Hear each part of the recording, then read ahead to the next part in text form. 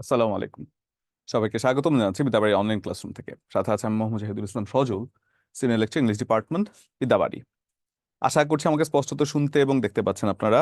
যদি স্পষ্টত শুনতে এবং দেখতে পেয়ে থাকেন কাইন্ডলি একটু ক্লিয়ার লিখে কমেন্ট করবেন। আহ জি, ওয়ালাইকুম আসসালাম। কেমন আছেন সবাই? যে হাত তুলে রেখেছে আনমিউট করে দেন। ওকে, ভেরি গুড। সুমন দে, আমি আনমিউট করে দিয়েছি আপনাকে, আপনার হ্যান্ড রেজ করা ছিল। জি, ওয়ালাইকুম স্যার আসসালাম। আপনাকে হ্যাঁ স্যার, আপনি কেমন আছেন ফার্স্ট অফ জি, অল? আছি আর আলহামদুলিল্লাহ। আপনাকে পেয়ে আমি অনেক খুশি এবং আশা করি আমাদের আজকের ক্লাসে সবাই অনেক খুশি হবে। ওকে, ঠিক আছে, যদিও থ্যাংক ইউ। আপনার ক্লাস করার জন্য আমি রিকোয়েস্ট করেছিলাম আচ্ছা আচ্ছা। এর আগে, যখন ভর্তি হয়েছিলাম তখন আচ্ছা স্যার। আচ্ছা। আপনি কি আমাদের আজকে প্রিভিয়াস স্টুডেন্ট, তাই তো? হ্যাঁ জি স্যার, আমি প্রিভিয়াস প্রাইমারিতে ক্লাস করছি, তারপরে হচ্ছে ভাইভাও দিয়েছি কিন্তু জবটা হয়নি। এখন আবার আচ্ছা এটাতে আছি আচ্ছা স্যার। আচ্ছা, মাশাআল্লাহ, অনেক দূর পর্যন্ত গিয়েছিলেন, যাক শুনে ভালো লাগলো। ধন্যবাদ আপনাদেরকে। আপনাদের সাথে তো আজকেই প্রথম ক্লাস নাকি? এর আগে তো আর ক্লাস হয়নি, হ্যাঁ স্যার, হয়েছে কি? আজকেই প্রথম ক্লাস স্যার। আচ্ছা আচ্ছা, আজকেই প্রথম ক্লাস, তো সেক্ষেত্রে আপনাকে অসংখ্য ধন্যবাদ। যখন প্রথমেই আমি একজন পুরনো স্টুডেন্ট পেয়ে যাই, পুরনো একজন স্টুডেন্টের সাথে কথা হয়, তো আসলে ভালো লাগে সে ব্যাপারটা। জি হ্যাঁ স্যার। হ্যাঁ। হ্যাঁ, আপনাকে আমাদের যে ক্লাসরুমের আপনাদের যে ভাইয়া আছে তিনিও চিনেন কিন্তু। এই টিস্যু কোথায়? হ্যাঁ স্যার। তো যেটা বলছিলাম যে আজকে আপনাদের 11 থেকে 20তম গ্রেডের যে ক্লাস আছে, আজকে এই ক্লাসটা আমাকে দিয়ে শুরু হচ্ছে। আমাকে দিয়ে শুরু হচ্ছে বলতে ইংরেজি ক্লাসটা আমি করব, আপনাদের ইংরেজি ক্লাসটা আমি পড়ানোর চেষ্টা করবো, ইংরেজি ভাষাটা। আমি কাউসার আহমেদকে হ্যান্ড রেজ দেখতে পাচ্ছি, আনমিউট করে দিয়েছি। জি, ওয়ালাইকুম আসসালাম। শিমু কমেন্ট করেছেন, সাইরা কমেন্ট করেছেন, আসসালামু আলাইকুম স্যার, কেমন আছেন? আলহামদুলিল্লাহ, আমি ভালো আছি। অনেকেই সালাম দিয়েছেন। আশা করছি সবাই ভালো আছেন। এবং যেহেতু আমার সাথে আপনাদের প্রথম ক্লাস, অনেকেই হয়তোবা ক্লাস করার যে ওয়েটা আছে সেটা হয়তোবা বোঝেন না, বা অনেকে হয়তোবা জানেন না। তো সেই ক্ষেত্রে অনলাইন ক্লাসের একটা ম্যানার হচ্ছে যে আমি যেহেতু আপনাকে দেখতে মানে আপনি যেহেতু আমাকে দেখতে পাচ্ছেন, ইউ ক্যান সি মি, তো আমারও উচিত আপনাকে দেখতে পাওয়া। অর্থাৎ ক্লাসটার মধ্যে এমন ভাবে করবেন যেন আপনাকে ভিজিবিলিটি মেনটেন করা যায়, আপনি পড়ার টেবিলে প্রপারলি বসে খাতা কলম নিয়ে ক্লাসটা করার চেষ্টা করবেন। ব্যাপারটা যেন এমন না হয় যে আপনি ঘুমিয়ে ঘুমিয়ে ক্লাস করছেন, কি বলে যে শুয়ে শুয়ে মোবাইলটা নিয়ে ইউটিউব ভিডিওর মতো ক্লাস করছেন, এটা করবেন না দয়া করে, হ্যাঁ। এটা হচ্ছে একটা অনলাইন ক্লাসের ম্যানার, যে আমি যদি আপনাকে দেখতে পাই, মানে সরি, আপনি যদি আমাকে দেখতে পান, আমার উচিত আপনাকে দেখতে পাওয়া। এবং আমার স্টুডেন্টরা কি লিখছে কি লিখছে না, এই জাতীয় ব্যাপারগুলো যেন আমি মানে মোটামুটি আপনাদের সাথে কানেক্টেড থাকতে পারি। আর আরেকটা কথা হচ্ছে যে ক্লাসের মধ্যে যখন আমরা ক্লাস করব, ইংরেজি সাবজেক্টটা আগে পরে আপনাদের বোরিং লাগতো, আমারও ছোটবেলায় ইনফ্যাক্ট বোরিং লাগতো ইংরেজি সাবজেক্টটা। ইংরেজি কি সারাক্ষণ স্যার একাই কথা বলে যাচ্ছে এরকম।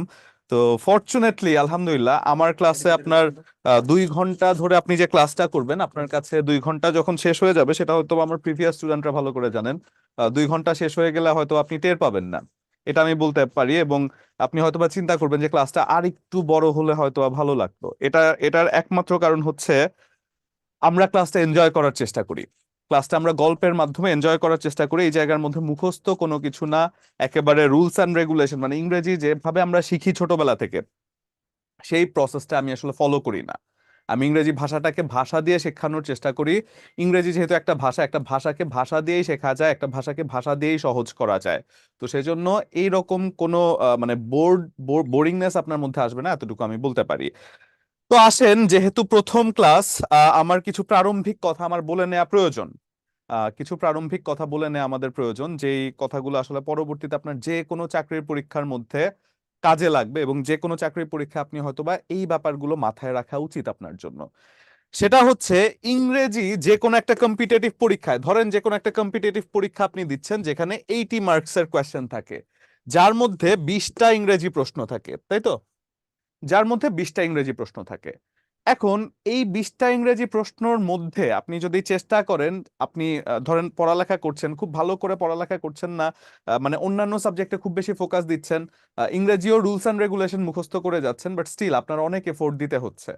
অনেক এফোর্ট দিয়ে দেখা গেল যে আপনি ইংরেজিতে, মানে মোস্ট অফ দ্য কেসেস স্টুডেন্টরা 10 থেকে 12-র মধ্যে আটকে থাকে এই ইংরেজি বিষয়টা। ওয়ারাজ আপনি যদি একটু স্মার্ট হন, একটু যদি টেকনিক্যালি পড়ালেখা করেন, একটু যদি আপনার মোটামুটি স্ট্র্যাটেজি ফলো করে পড়ালেখা করেন, এই এই 20 মার্কসের মধ্যে আপনার মোর দ্যান 17+ অ্যাচিভ করা খুবই সহজ। এবং বিদ্যাবাড়িতে ভর্তি হওয়ার 2টা উদ্দেশ্য: জাহিদ স্যারের ক্লাস করা, সাজ্জাদ স্যারের ক্লাস করা। Thank you so much. Rizvi Hossain, thank you so much, it means a lot to us. তাহলে যেটা বলছিলাম যে এই 20 নাম্বারের মধ্যে 17+ তো খুবই অ্যাচিভেবল, খুবই অ্যাচিভেবল। তো সেই জায়গার মধ্যে খুবই অ্যাচিভেবল, আপনারা মানে অবাক হয়ে যাবেন যে আপনারা যখন কম্পিটিটিভ পরীক্ষার মধ্যে যান, অনেক স্টুডেন্টরা আছে যে ইংরেজিতে 5 থেকে 10-এর বাইরে আসতেই পারে না, অনেক পড়ালেখা করছে কিন্তু, অনেক পড়ালেখা করছে, 5 থেকে 10-এর বাইরে আসতেই পারে না।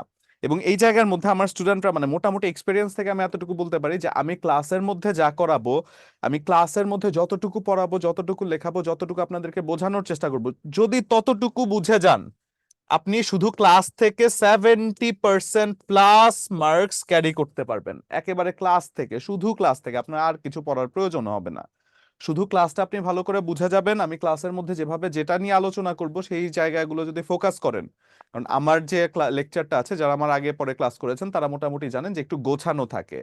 তো আমি যেটা আপনার প্রয়োজনীয় না, এই এই বয়সে এসে আমরা চাকরি পরীক্ষা অনার্স মাস্টার্স কমপ্লিট করে আমরা যখন এই বয়সে এসে পড়ালেখা করি, এই পড়ালেখাটা কিন্তু আমরা জ্ঞান অর্জনের জন্য করি না। দুনিয়াতে এমন কেউ আছে এই বয়সে এসে জ্ঞান অর্জনের জন্য পড়ালেখা করে? আমি জ্ঞান অর্জনের জন্য এই বয়সে পড়ালেখা করি নাই। আমি যখন পড়ালেখা করেছিলাম তখন আমি কি বিসিএস এর জন্য পড়ালেখা করেছি, যে বিসিএস ক্যাডার হতে হবে, তাই তো, বিসিএস ক্যাডার হওয়ার জন্য পড়ালেখা করেছি। এটাই, এই বয়সে এখন এসে পড়ালেখা কখনো জ্ঞান অর্জনের জন্য করতে নাই। যদি জ্ঞান অর্জন করতে হয় তাহলে সারা জীবন জ্ঞানই অর্জন করতে পারবেন, হয়তোবা পরীক্ষায়, কম্পিটিটিভ পরীক্ষায় কোয়ালিফাই করতে পারবেন না। তো সেই জন্য গুরুত্বপূর্ণ যে ব্যাপারটা আছে সেটা হচ্ছে প্রতিনিয়ত পড়ালেখার পাশাপাশি আপনার বুঝতে হবে যে কোন পড়ালেখাটা গুরুত্বপূর্ণ। মনে করেন আপনি মানে আমাদের কাছে কম্পিটিটিভ পরীক্ষা মানে অনেক সময় হয়ে যায় কি কারেন্ট অ্যাফেয়ার্স কেন্দ্রিক পড়ালেখা। আমরা সিরিয়ালের ডেট ধরে ধরে কোন দিনে কি হচ্ছে একেবারে কারেন্ট অ্যাফেয়ার্স পড়ে ফেলছি, পত্রিকা পড়ে ফেলছি, এই সে আমরা মনে করছি এরকম প্রশ্নগুলো আসতে পারে। এগুলো পড়তে পড়তে দেখা গেল যে খুব কমন একটা সাইট, যে জিনিসগুলো আমরা অ্যানালাইসিস না করে পড়ালেখা করার কারণে অঢেল সমুদ্রের মধ্যে আমরা ঢুকে যাচ্ছি, যে আসলে এত পড়ালেখা করে আপনি জীবনেও প্রিপেয়ার্ড হতে পারবেন না। আর যারা কোয়ালিফাই করে যাচ্ছে তারা দেখবেন প্রতিনিয়তই কোয়ালিফাই করে যাচ্ছে, তারা কিন্তু এতটা পড়ালেখাও করছে না। স্ট্র্যাটেজিক্যাল পড়ালেখা, স্ট্র্যাটেজিক্যাল, আপনি স্ট্র্যাটেজি মেনটেন করে যদি 4 ঘন্টা পড়ালেখা করেন, এই 4 ঘন্টার পড়ালেখা 12 ঘন্টার স্ট্র্যাটেজি ছাড়া পড়ালেখার থেকে অনেক বেশি ভালো। এই 4 ঘন্টা স্ট্র্যাটেজি মেনটেন করে যদি আপনি পড়ালেখা করেন, এই স্ট্র্যাটেজিক্যাল পড়ালেখা 12 ঘন্টার পড়ালেখার থেকে বেশি ভালো। আমার সাথে এমনও দেখেছি, মানে আপনার যারা পড়ালেখা করেছে, তো তাদের মধ্যে মানে কথার প্রেক্ষিতে চলে আসে, তো আমার পরিচয়টাও আমি দিয়ে ফেলা, আমি 41তম বিসিএস থেকে এআরও এআরও হিসেবে সুপারিশপ্রাপ্ত হয়েছি, এবং 43তম বিসিএস থেকে আমি ট্যাক্স ইন্সপেক্টর পদে সুপারিশপ্রাপ্ত হয়েছি আর কি।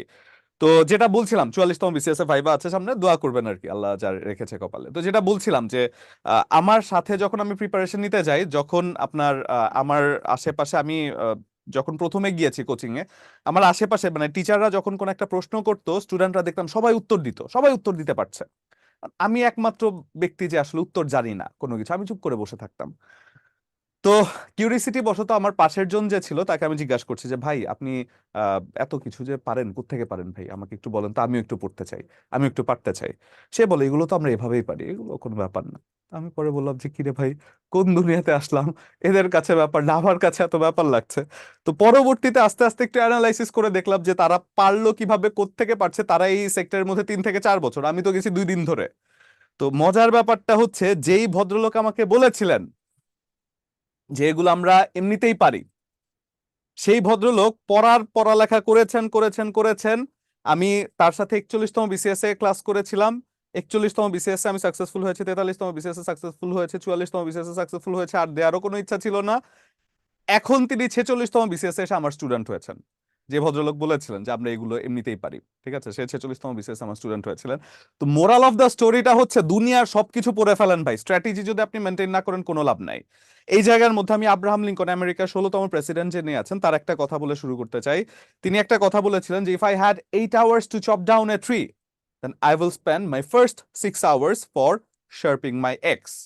অর্থাৎ আমার হাতে যদি 8 ঘন্টা থাকে একটি গাছকে কাটার জন্য, আমি আমার প্রথম 6 ঘন্টা ব্যয় করতাম শুধু আমার কুঠারটিকে ধার করার জন্য।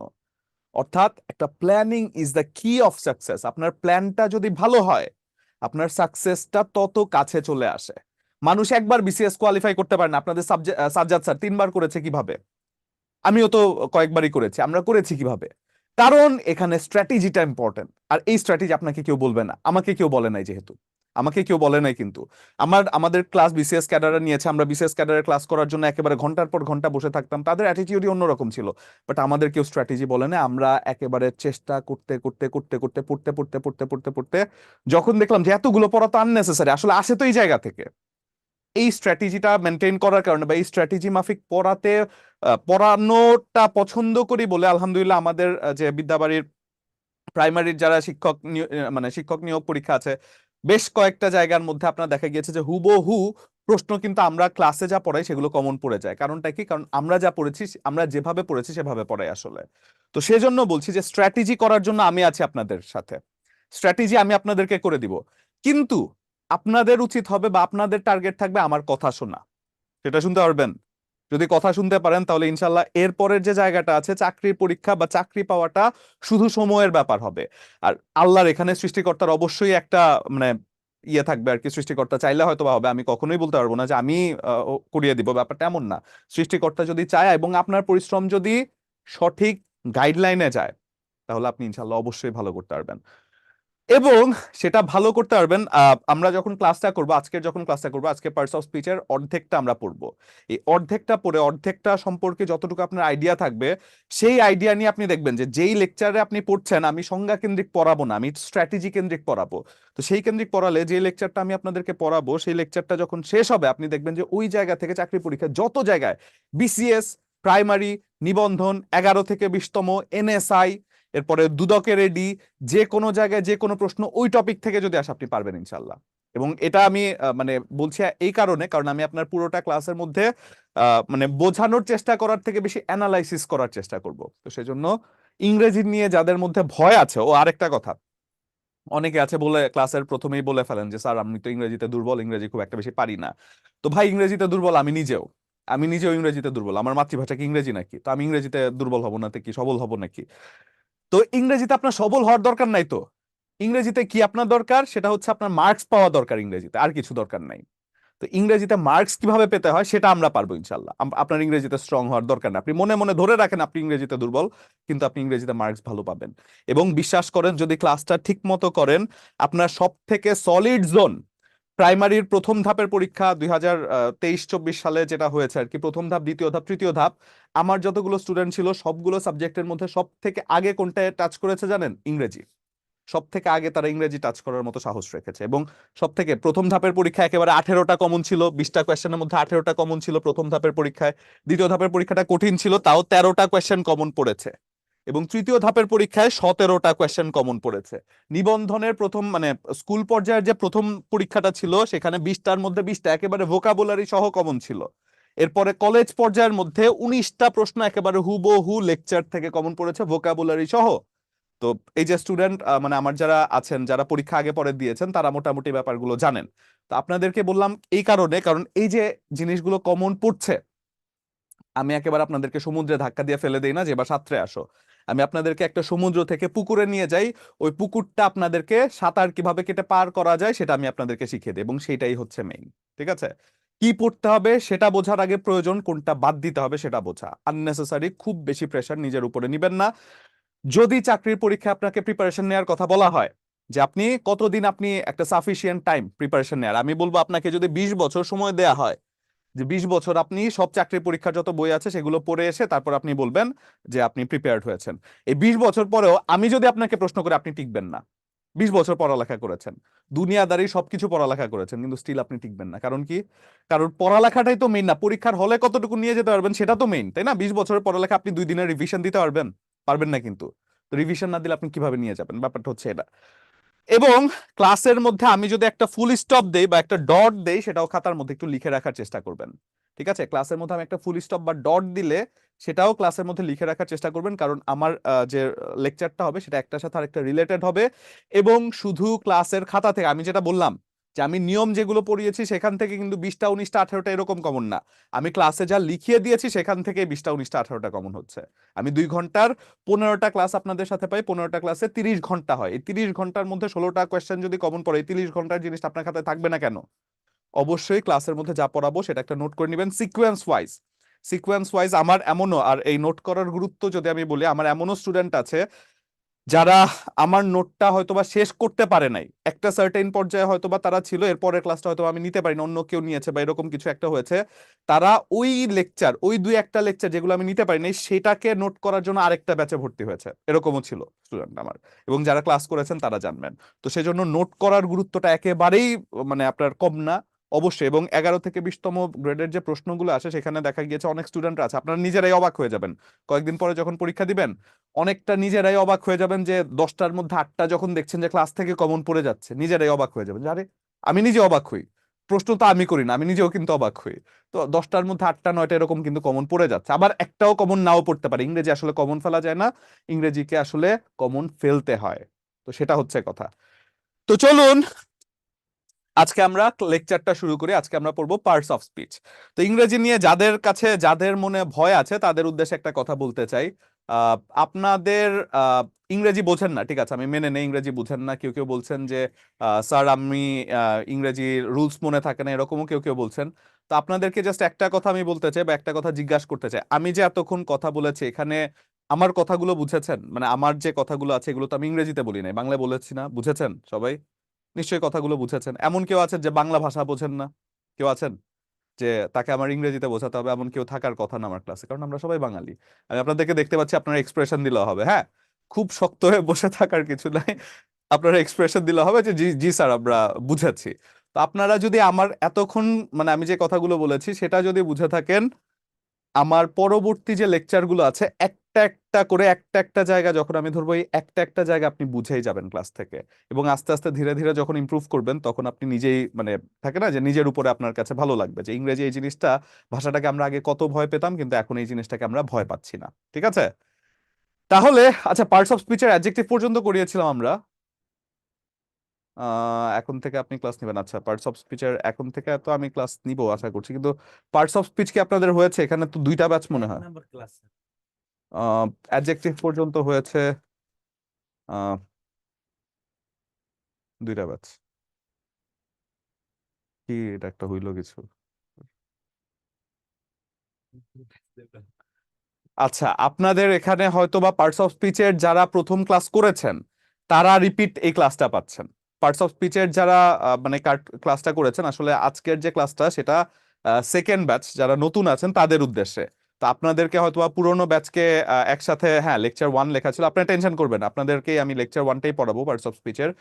তো ফ্রি, আর যারা আগের ক্লাসটা করে ফেলেছেন তারা ফ্রি আবার করতে পারেন, সমস্যা নেই। আপনাদের যেহেতু মেসেজ চলে গিয়েছে বা জানানো হয়েছে, আপনারা অবশ্যই করতে পারেন, সমস্যা নেই। তো যেটা বলছিলাম আর কি, যে আজকের ক্লাসের মধ্যে আমরা যে জিনিসটা পড়বো সেটা হচ্ছে পার্টস অফ স্পিচ। সাধারণত আমরা পার্টস অফ স্পিচ বলতে গেলে বলতে পারি কি, বাক্যের অন্তর্গত। আচ্ছা, অ্যাডজেক্টিভ পর্যন্ত হয়েছে আমি শুনেছি, এটাকে আর বলার প্রয়োজন নাই। এটা আপনারা যারা অ্যাডজেক্টিভ পর্যন্ত করে ফেলেছেন তাদের উদ্দেশ্যে আমরা মানে তারা এই এই ক্লাসটা আবার পুনরায় করতে পারেন। হ্যাঁ, প্রথম থেকে আমি শুরু করছি। তাহলে যখন বলছি পার্টস অফ স্পিচ, এই পার্টস অফ স্পিচের শাব্দিক অর্থ যদি আপনাকে বলা যায়, শাব্দিক অর্থ বা সংজ্ঞাগত অর্থ, সেটা হচ্ছে বাক্যের অন্তর্গত প্রত্যেকটি অংশকে, প্রত্যেকটি অর্থবোধক অংশকে এক একটি পার্টস অফ স্পিচ বলে। এখন বাক্যের অন্তর্গত প্রত্যেকটি অর্থবোধক অংশকে এক একটি পার্টস অফ স্পিচ বলে। পার্টস অফ স্পিচ 8 প্রকার: noun, pronoun, adjective, verb, adverb, preposition, conjunction, interjection. এবং নাউন মানে কোনো কিছুর নাম, প্রোনাউন মানে নামের পরিবর্তে যেটা ব্যবহার করা হয়, অ্যাডজেক্টিভ মানে নাউন বা প্রোনাউনের দোষ গুণ ব্যবহার করা হয় যেগুলো। এগুলো মনে করেন আমি বলে দিলাম, সংজ্ঞা আপনাদেরকে লিখে দিলাম, সবকিছু আপনি লিখলেন। কিন্তু এই সংজ্ঞা কেন্দ্রিক পড়ালেখা করে আপনি দেখবেন কি জানেন, কষ্ট হলেও সত্যি, কষ্ট লাগলেও খারাপ লাগলেও সত্যি, যে আপনি দেখবেন যে একটা প্রশ্ন আপনি সলভ করতে পারছেন না। এই যে প্রিভিয়াস ইয়ারের প্রশ্ন, আপনি একটা প্রশ্ন সলভ করতে পারবেন না সংজ্ঞা কেন্দ্রিক পড়ালেখা করলে, যেটা আমার সাথে হয়েছে। আমাকে যখন ক্লাসে পড়িয়েছিল আমি তো খুব সুন্দর করে নোট করে পার্টস অফ স্পিচ কি একেবারে মানে দুনিয়াদারি সবকিছু নোট করে নিয়েছি। পরে পরীক্ষার হলে গিয়ে মানে আমি যখন অ্যানালাইসিস করছি তখন দেখেছি আরে এই পড়ালেখা করে তো আমি কোনো প্রশ্নই পাচ্ছি না। এখন কি আমার জ্ঞান অর্জনটা গুরুত্বপূর্ণ নাকি প্রশ্ন পাড়াটা গুরুত্বপূর্ণ? চাকরি পরীক্ষার প্রিপারেশন নেওয়ার জন্য আমরা এসেছি, আমরা কোনো জ্ঞান অর্জন করতে আসি নাই। তো সেজন্য আমরা এমন ভাবে শিখবো যাতে করে এখান থেকে যত কঠিন প্রশ্ন আসুক না কেন আমরা যেন পারি। এবং সেটার জন্যই স্ট্র্যাটেজি বা টেকনিক যেটা আমি ফলো করতাম সেই টেকনিক আপনাদেরকে শেখাবো। ঠিক আছে? তাহলে পার্টস অফ স্পিচ যদি আমি বলি, প্রথমেই যদি আমি বলি স্পিচ, স্পিচ মানে কি? বাক্য না। পার্ট মানে কি? অংশ। তার মানে পার্টস অফ স্পিচ মানে কি? বাক্যের অংশ, তাই না? তাহলে ফর এক্সাম্পল আমি ধরেন একটা সেন্টেন্স বলছি, খুব সচরাচর, খুব সাবলীল একটা সেন্টেন্স যে হি is a very good boy, he is a very good boy. এই যে সেন্টেন্স, এই যে সেন্টেন্স একটা, এটা কি সেন্টেন্স? এটা নিয়ে কারো কোনো সন্দেহ আছে? সন্দেহ নাই, সেন্টেন্স মনের ভাব প্রকাশ করছে। এখন এই সেন্টেন্সের মধ্যে এটা হচ্ছে একটা প্রোনাউন, ঠিক আছে? এটা হচ্ছে একটা ভার্ব, এটা হচ্ছে একটা আর্টিকেল কাম অ্যাডজেক্টিভ, এটা হচ্ছে একটা অ্যাডভার্ব, এটা হচ্ছে একটা অ্যাডজেক্টিভ,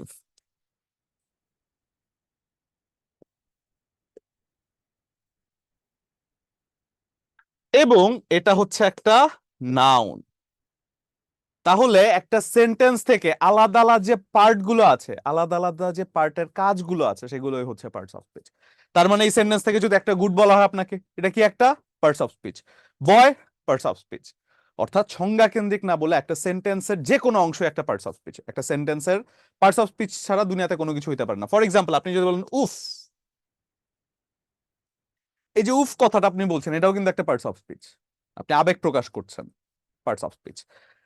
তাহলে এটা যদি পার্টস অফ স্পিচ হয়, এখন আমরা যদি পার্টস অফ স্পিচের ভেতরে যাই, এবং আমি যেটা এখন মাত্র লিখিয়ে দিলাম যে হি is a very good boy, এই ভেরি গুড বয়ের মধ্যে কোন শব্দটা কোন পার্টস অফ স্পিচ হিসেবে ব্যবহৃত হচ্ছে, সেটা যেহেতু আপনারা লিখলেন, তাহলে এটা কেন লিখলেন? কারণ পরীক্ষার মধ্যে এভাবেই প্রশ্ন আসে।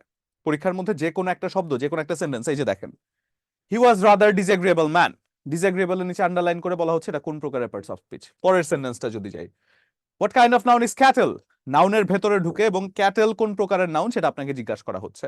অর্থাৎ কিছু কিছু জায়গা আছে যে সকল জায়গার ভেতরে ঢুকে, এবং পার্টস অফ স্পিচের যে 8টা প্রকার ভেদ আছে, এই 8টা প্রকার ভেদের মধ্যে যে সকল প্রকার ভেদগুলো বেশি গুরুত্বপূর্ণ, যে সকল প্রকার ভেদ থেকে বেশি প্রশ্ন আসে, সেই প্রকার ভেদগুলো যদি আমরা বলি, সেই প্রকার ভেদগুলো হতে পারে নাউন, যেখান থেকে একটা প্রশ্ন আসেই, বিসিএস থেকে শুরু করে, প্রাইমারি থেকে শুরু করে, নিবন্ধন থেকে শুরু করে, যে কোনো জায়গায় নাউন থেকে একটা প্রশ্ন আসবে। আপনাদের যখন লিখতে হবে, মানে আমি বোর্ডে যা দেখাবো সেটা লিখবেন। এটা তো আপনারা জানেনই পার্টস অফ স্পিচ কয় প্রকার, কি কি। আমি যখন থেকে লেখানো শুরু করব তখন থেকে বেশি লেখার চেষ্টা করবেন, এবং আমি মানে প্রথম দিকেও যেগুলো লিখেছি আশা করছি সেগুলো লিখেছেন। নাউনটা বেশি গুরুত্বপূর্ণ, অ্যাডজেক্টিভটা খুবই গুরুত্বপূর্ণ, অ্যাডভার্বটাও পার্টস অফ স্পিচ থেকে আইডেন্টিফিকেশনের ক্ষেত্রে খুবই গুরুত্বপূর্ণ। তার মানে কি প্রিপোজিশন গুরুত্বপূর্ণ না, ভার্ব গুরুত্বপূর্ণ না? অবশ্যই গুরুত্বপূর্ণ, কিন্তু সেটা আলাদা চ্যাপ্টারই আছে। এই প্রিপোজিশনের জন্য, ভার্বের জন্য আলাদা আলাদা চ্যাপ্টারই আছে, যে চ্যাপ্টার থেকে আমরা পড়বো। কিন্তু আইডেন্টিফিকেশন অফ পার্টস অফ স্পিচের ক্ষেত্রে যে কোনো একটা সেন্টেন্সের নিচে আন্ডারলাইন করে আপনাকে যদি বলা হয় যেটা কোন প্রকারের পার্টস অফ স্পিচ, সেই ক্ষেত্রে নাউন, অ্যাডজেক্টিভ এবং অ্যাডভার্বটা আপনাকে সাফার করাতে পারে। অর্থাৎ এই জায়গাগুলো থেকে প্রশ্নটা বেশি এসে থাকে।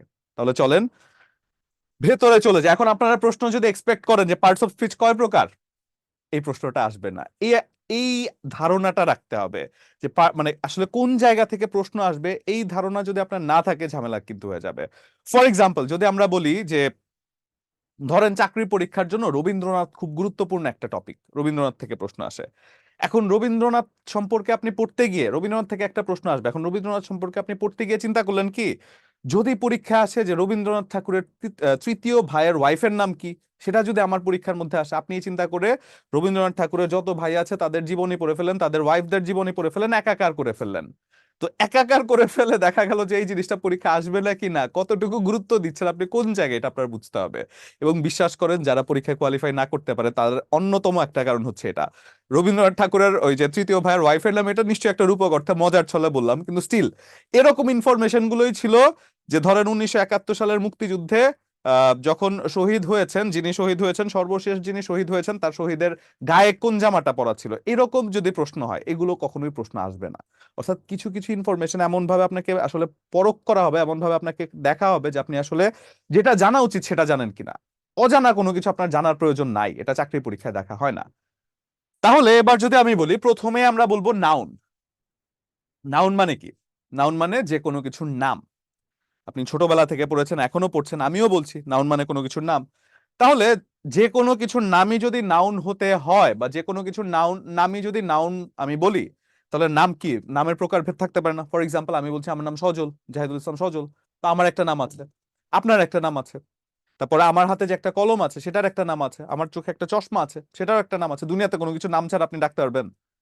কম্পিউটার, সেটারও তো একটা নাম আছে। অর্থাৎ পৃথিবীতে কোটি কোটি নাম আছে। এখন কোটি কোটি নামের মধ্যে আপনার পরীক্ষার হলে দিয়ে দিবে what kind of noun is, যে কোনো একটা নাম দিয়ে, যে কোনো একটা নাম দিয়ে আপনাকে বলবে যে এটা কোন প্রকারের নাউন, খুঁজে বের করো। এখন আপনাকে যদি আমি 1000 নাউন শিখিয়ে দেই, আপনাকে পরীক্ষায় দিয়ে দিল 1001 নাম্বারটা।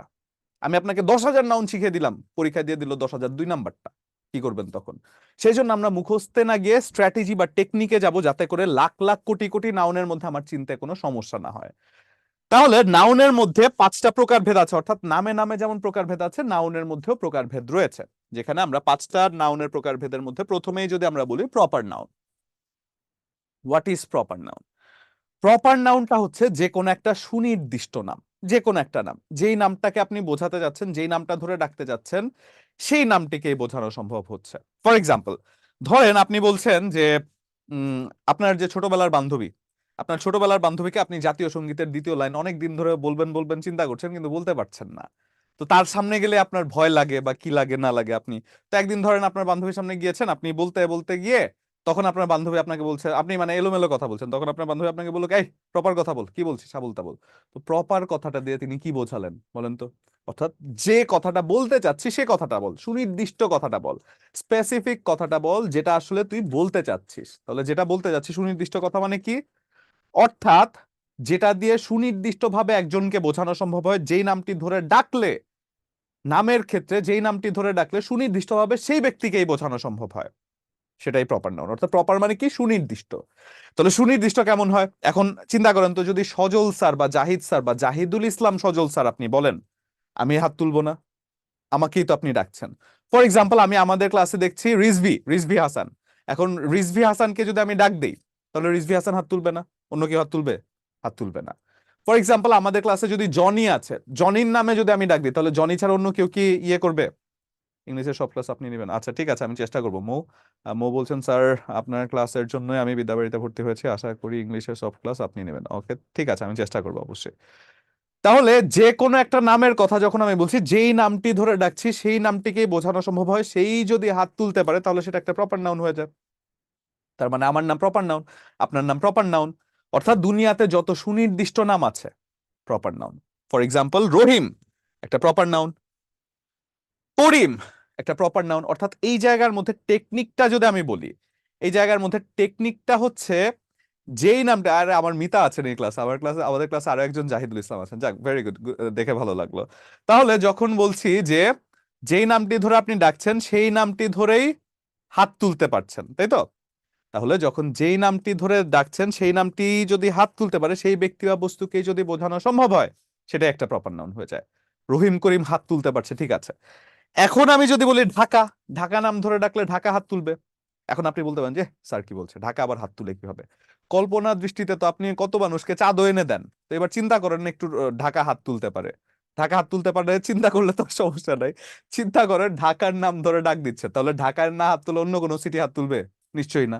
ঢাকার নামে খুলনা হাত তুলবে, চিটাগাং হাত তুলবে না, ঢাকাই হাত তুলবে। তার মানে কি? প্রপার নাউন, সুনির্দিষ্ট নাম। সিমিলারলি মেঘনা, মেঘনা নামের ডাকে কি যমুনা হাত তুলবে? কখনোই যমুনা হাত তুলবে না। মেঘনা নামের উত্তরে মেঘনাই হাত তুলবে, প্রপার নাউন। আমি যদি বলি যমুনা, যমুনা নামের উত্তরে কি মেঘনা হাত তুলবে? না। মেঘনা নামের উত্তরে মেঘনা হাত তুলবে, যমুনা নামের উত্তরে যমুনাই হাত তুলবে। তাহলে সুনির্দিষ্ট সেই নামটি, যেই নামটি ধরে ডাক দিলে যাকে ডাকা হচ্ছে সেই হাত তুলতে পারছে, তাকেই বোঝানো সম্ভব হচ্ছে, সেটা প্রপার নাউন হয়ে যায়। আসেন লিখে ফেলি। তাহলে আপনারা যেহেতু নোট করছেন, একটু প্রথম থেকে নাউন সম্পর্কেও লিখে দেয়, যদিও এটা পরীক্ষা আসবে না, বাট খাতায় একটা সৌন্দর্যের জন্য লিখে দেয়। কোনো কিছুর নাম, নাউন হচ্ছে কোনো কিছুর নাম, কোনো কিছুর নাম, তাই তো? এখন আমি যদি বলি প্রপার নাউন,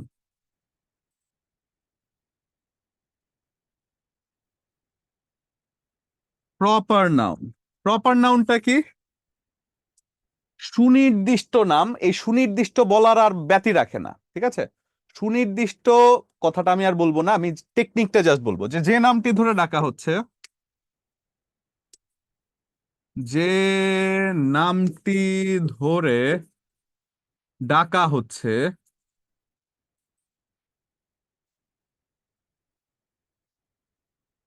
যদি সেই হাত তুলতে পারে, হাত তুলতে পারে, বা তাকেই বোঝানো সম্ভব হয়। আচ্ছা, যে কততম বিশেষ সেটা লিখে দিন। বা তাকেই বোঝানো সম্ভব হয়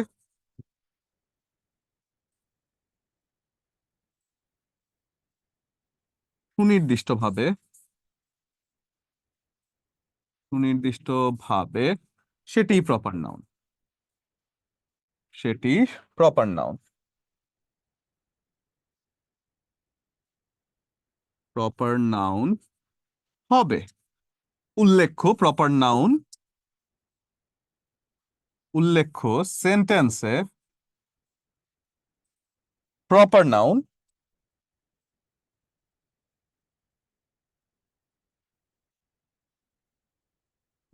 সবসময় ক্যাপিটাল লেটার দিয়ে শুরু হয়, ক্যাপিটাল লেটার দিয়ে শুরু হয়, লেটার দিয়ে শুরু হয়, তাই তো? তাহলে আমি যদি কয়েকটা প্রপার নাউন বলি, ফর এক্সাম্পল, আমাদের ক্লাসে কে কে আছেন? আমাদের ক্লাসে আছেন, ধরেন আমি দিয়েই শুরু করি, আমার নাম হচ্ছে সজল। আমাদের ক্লাসে আরো কে কে যেন ছিলেন? এখন আমি কাকে দেখতে পাচ্ছি? পিঙ্কিকে দেখতে পাচ্ছি, স্বপনকে দেখতে পাচ্ছি। আমি ধরেন পিঙ্কি আমি বললাম, প্রপার নাউন একটা। কমেন্ট করেন তো দেখি কে কে আপনার প্রপার নাউন। এমন কেউ আছেন যে প্রপার নাউনের বাইরে? না, আপনারা সবাই প্রপার নাউন, তাই তো? এরপর যদি আমি বলি জাহিদুল ইসলাম যে আছেন, জাহিদ, ধরেন জাহিদ একটা প্রপার নাউন, তাই তো? সিমিলারলি আমি যদি বলি ঢাকা, খুলনা, আমি যদি বলি মেঘনা, পদ্মা, পদ্মা, সবগুলোই এক একটা প্রপার নাউন। করিম, দুনিয়াতে কোনো প্রকার প্রপার যতগুলো নাম আছে সবগুলো একটা প্রপার নাউন, তাই তো? তাহলে প্রপার নাউন আমাদের চলে গেল। কাউসার, হ্যাঁ কাউসার একটা প্রপার নাউন, তাহলে আমাদের প্রপার নাউনটা চলে গেল। এবার আসেন কমন নাউন। কমন কথাটার অর্থ কি? কমন আপনারা লিখতে পেরেছেন? লিখতে পেরেছেন? লিখতে পারার কথা। তাহলে কমন নাউনের ব্যাপারটা যদি আমি বলি, কমন ব্যাপারটার অর্থ কি? কমন কথাটার অর্থ কি? কমন আমরা অনেক সময় বলি না যে এই জিনিসটা তো কমন, যেটা একের মধ্যে না অনেকের মধ্যে বিদ্যমান। ফর এক্সাম্পল, আপনি ধরেন একটা ঈদের ড্রেস কিনতে গিয়েছেন। এখন আপনি যে ঈদের ড্রেসটা কিনতে গিয়েছেন, আপনি গিয়ে দেখলেন আরেকটা মেয়ে, মানে কিনতে যাওয়ার পথে দেখলেন আরেকটা মেয়ে সেটা পরে আছে, বা আরেকটা ছেলে সেটা পরে আছে। ছেলেদের ক্ষেত্রে এই জিনিসটা খুব কম, মানে এটা খুব একটা ইয়ে হয় না। ছেলেরা চিন্তা করে আরে আমার ভাই তো, আমি কিনে ফেলি, সমস্যা নেই।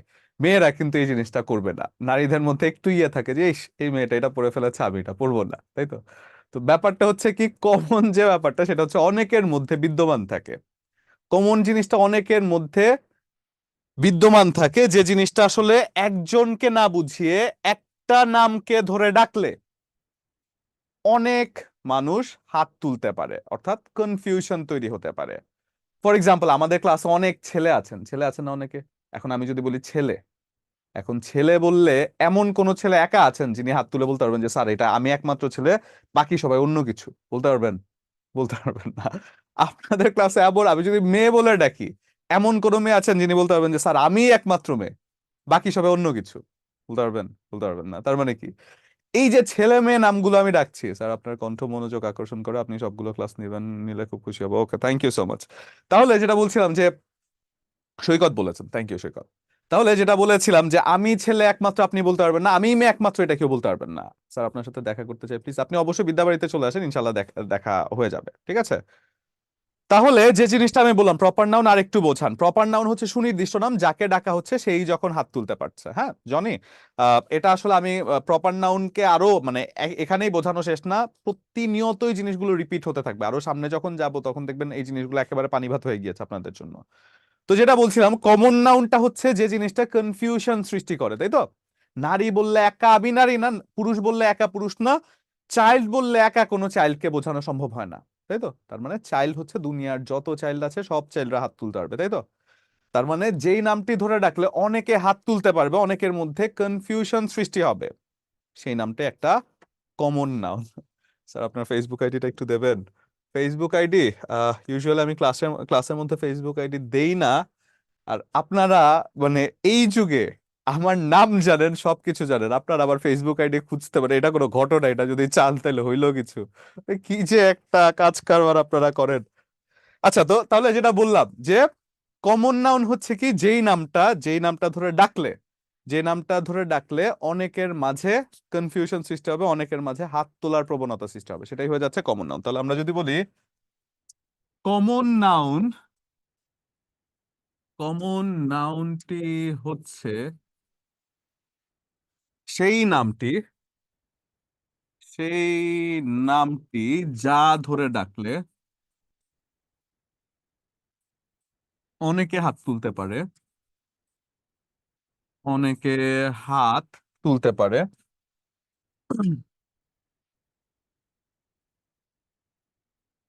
তুলতে পারে, এবং কনফিউশন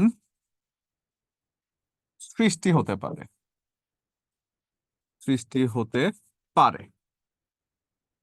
ফর এক্সাম্পল, আমি যদি বলি boy common noun, girl common noun, player, river, bank, city, child, দুনিয়ার যত কমন নাউন আছে। স্যার, খুব বৃষ্টি, ক্লাস ক্লিয়ার বুঝতে পারছি না, রেকর্ড পাবো পরে? হ্যাঁ হ্যাঁ, রেকর্ড পাবেন। এই রেকর্ড কি দেওয়া হয় না? ওনাদের গ্রুপ আছে না ফেসবুক? আপনাদের ফেসবুক খুব সম্ভবত একটা গ্রুপ আছে, তো সেই গ্রুপের মধ্যে রেকর্ড ক্লাসটা পেয়ে যাবেন, যেহেতু আমাদের অ্যাপটা আপাতত এখন একটু ঝামেলা আছে অ্যাপের মধ্যে। তো যেটা বলছিলাম যে এই যে গার্ল, বয়, প্লেয়ার, হ্যাঁ ইনফ্যান্ট হতে পারে, অর্থাৎ গার্ল বললে যে কোনো গার্ল হতে পারে, বয় বললে যে কোনো বয় হতে পারে। এখন আপনার কাছে কনফিউশন লাগতে পারে যে স্যার গার্ল বয় ঠিক আছে, প্লেয়ার কেন হলো? প্লেয়ার মানে কি? আপনি সাকিব আল হাসানের কথা বলছেন, সাকিব আল হাসানের নাম ধরে ডাকছেন, প্লেয়ার মানে কি একমাত্র সাকিব আল হাসান এসে বলবে যে আমি একমাত্র প্লেয়ার, বাকি সবাই ঢেউটিন বলবে? না। প্লেয়ার নামটি ধরে যদি ডাকেন আপনি, মেসি, রোনালদো সবাই হাত তুলতে পারবে, অর্থাৎ প্লেয়ার জাতির পরিচয়টা। রিভার নামটি ধরে যদি আপনি ডাক দেন, পদ্মা, মেঘনা, যমুনা, এছাড়াও যারা মানে দেশের বাইরে যত নদী আছে সব নদী হাত তুলতে পারবে যে এটা তো আমার পরিচয়, নদী। সিমিলারলি ব্যাংক, সোনালী ব্যাংক, অগ্রণী ব্যাংক, রূপালী ব্যাংক, দুনিয়াতে যত ব্যাংক আছে সবগুলোই কমন নাউন, কারণ সুনির্দিষ্ট করে বোঝাচ্ছেন না। আপনি যখন বলছেন সিটি, সিটি বললে যেমন ঢাকা সিটিও বোঝানো যায়, ঢাকা সিটি হাত তুলবে, সিটি বললে ঠিক তেমনি কি বলে ওয়াশিংটন ডিসি সিটিও হাত তুলতে পারে, সিটি বললে টোকিও সিটি হাত তুলতে পারে, সিটি বললে মেক্সিকো সিটি হাত তুলতে পারে, অর্থাৎ দুনিয়ার যত শহর আছে, পৃথিবীর যত চাইল্ড আছে, চাইল্ড নামের উত্তরে হাত তুলতে পারে। তার মানে প্রতিটা কমন নাউন এর আলাদা করে একটি ভেতরে গিয়ে প্রপার নাউন পাওয়া যায়। এই ব্যাপারটা কি বুঝতে পেরেছেন? যে প্রতিটা কমন নাউনের ভেতরে গিয়ে একটা প্রপার নাউন আপনি পাবেন। তার মানে ব্যাংক যদি হয় কমন নাউন, জনতা ব্যাংক কোন নাউন হয় বলেন তো? কমেন্ট করেন তো, জনতা ব্যাংক কোন নাউন হয়? জনতা ব্যাংক হয়ে যায় প্রপার নাউন, এক্স্যাক্টলি। তার মানে যে কোনো একটা প্রপার নাউন, যে কোনো একটা প্রপার কমন নাউনের ভেতরে গিয়ে আলাদা একটা প্রপার নাউন পাওয়া যায়। তাহলে কথাটি যদি আমরা লিখি যে প্রতিটি কমন নাউনের, কমন নাউন এর ভেতরে একটি, হ্যাঁ,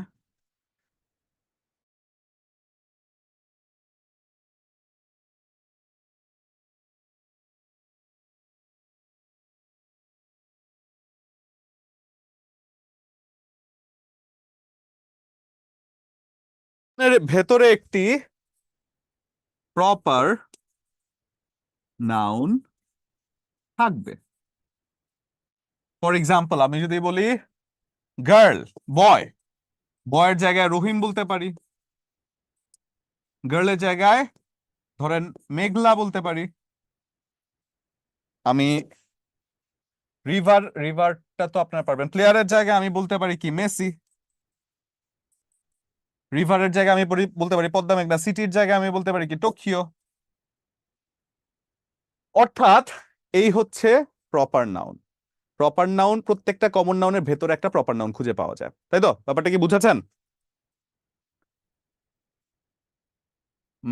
18 ব্যাচে এই ক্লাস হয়েছে? জি স্যার, হয়েছে আপনাদের ক্লাসটা, কিন্তু আপনারা অ্যাডিশনালি এই ক্লাসটা পাচ্ছেন আসলে। আজকে আরেকটা আরেকটা ব্যাচের ক্লাস, তাদের সাথে আপনারা ক্লাসটা করছেন, তো আপনারা যারা থাকতে চান ক্লাসে অবশ্যই ক্লাসটা রিপিট করতে পারেন, সমস্যা নেই, এটা আসলে আপনাদের ফ্রি একটা ক্লাস, ঠিক আছে? প্লুরাল কমন নাউনটা কি? প্লুরাল কমন নাউন হচ্ছে, প্লুরাল হচ্ছে এক বচন না বহু বচন, ঠিক আছে, ক্লিয়ার? তাহলে প্রতিটি কমন নাউনের ভেতরে একটি প্রপার নাউন থাকবে, এটা তো আপনারা ধরতে পেরেছেন, তাই তো? এবার আসেন আমরা কালেকটিভ নাউনের মধ্যে চলে যাই। যেভাবে বোঝাচ্ছে এই জিনিসটা যদি নোট করা থাকে এবং বোঝেন, আপনার নাউন নিয়ে কোনো পরীক্ষায়, কোনো চাকরির পরীক্ষা আটকাতে পারবেন আপনাকে ইনশাআল্লাহ, ঠিক আছে? কোনো চাকরির পরীক্ষা আটকাতে পারবেন না। এখন আমরা যদি যাই কালেকটিভ নাউন, কালেকটিভ কথাটার অর্থ কি? কালেকটিভ নাউন, কালেকটিভ কথাটার অর্থ হচ্ছে সমষ্টি। তাহলে সমষ্টির পরে যখন নাউন দেখতে পাচ্ছি, তার মানে কি? সমষ্টিবাচক নাম, তাই তো?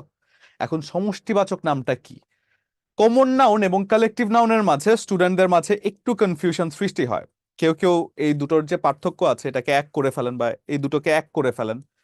পার্থক্যটা যদি আমি স্ট্র্যাটেজির মাধ্যমে বলি, সেটা হচ্ছে কালেকটিভ নাউন হচ্ছে সেই নামগুলো, এটা জাতিগত নাম, একটা হচ্ছে জাতিগত নাম, একটা হচ্ছে সমষ্টিগত নাম। মানে বইয়ের ভাষায় যদি বলি, বইয়ের ভাষায় কমন নাউনে লেখা আছে কি? জাতিগত নাম। এখন জাতিগত জিনিসটা আপনার কাছে কনফিউশন হতেই পারে। আর কালেকটিভ নাউনে লেখা আছে সমষ্টিগত নাম। এখন সমষ্টিগত ব্যাপারটা যদি আমি একটু বোঝানোর চেষ্টা করি, সমষ্টিগত আর কিছুই না। আপনি যখন এই নামটা শুনবেন, কালেকটিভ নাউনের নামটা যখন শুনবেন, আপনার মাথায় সবার আগে একটা দলের অস্তিত্ব মাথায় আসবে। আপনি চিন্তা করবেন যে এটা তো একটা দল। ফর এক্সাম্পল, আপনি যখন বলছেন টিম, টিম কথাটা শুনলে আপনার মাথার মধ্যে কি আসে? টিম মানে কি? একটা দল না, 4-5 জন প্লেয়ার মিলে একসাথে থাকে। আপনি যখন বলছেন ফ্যামিলি, ফ্যামিলি মানে কি? একজন থাকে। ফ্যামিলি মানে কয়েকজন থাকে, তাই তো? কয়েকজন মিলে। আপনি যখন বলছেন কি, যে কোনো একটা গ্রুপ, গ্রুপ মানে কি? একজন, কয়েকজন মিলে থাকে। আপনি যদি বলেন ক্যাটেল, ক্যাটেল মানে কি? গবাদি পশুর পাল, কালেকটিভ নাউন। আপনি যদি বলেন হার্ড, হার্ড মানে কি? ভেড়ার পাল, কালেকটিভ নাউন। আপনি যদি বলেন ফ্লোক, পাখির ঝাঁক। আপনি যদি বলেন ক্যাটেল অর্থাৎ এই জাতীয়। আর্মি, আর্মি যখন বলছেন, এই আর্মিটা কি? একটা দল না। আর্মি কি একা? আর্মি নিশ্চয়ই একটা দল। তারপর যদি বলেন নেভি, একটা দল, একটা বাহিনী, একসাথে চলে। পুলিশ একটা কালেকটিভ নাউন। অর্থাৎ কালেকটিভ নাউনটি হচ্ছে সেই নামটি, যে নামটি ধরে ডাকলে, যে নামটি ধরে ডাকলে মাথায়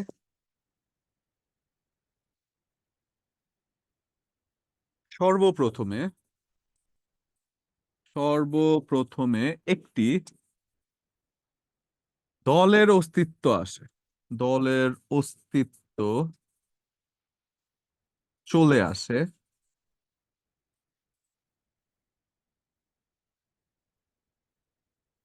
সেটি কালেকটিভ নাউন হয়ে যায়। কালেকটিভ নাউন হয়ে যায়, তাই তো? দলের অস্তিত্বটা এখানে মুখ্য, আপনার মাথায় আসবে দলের অস্তিত্ব।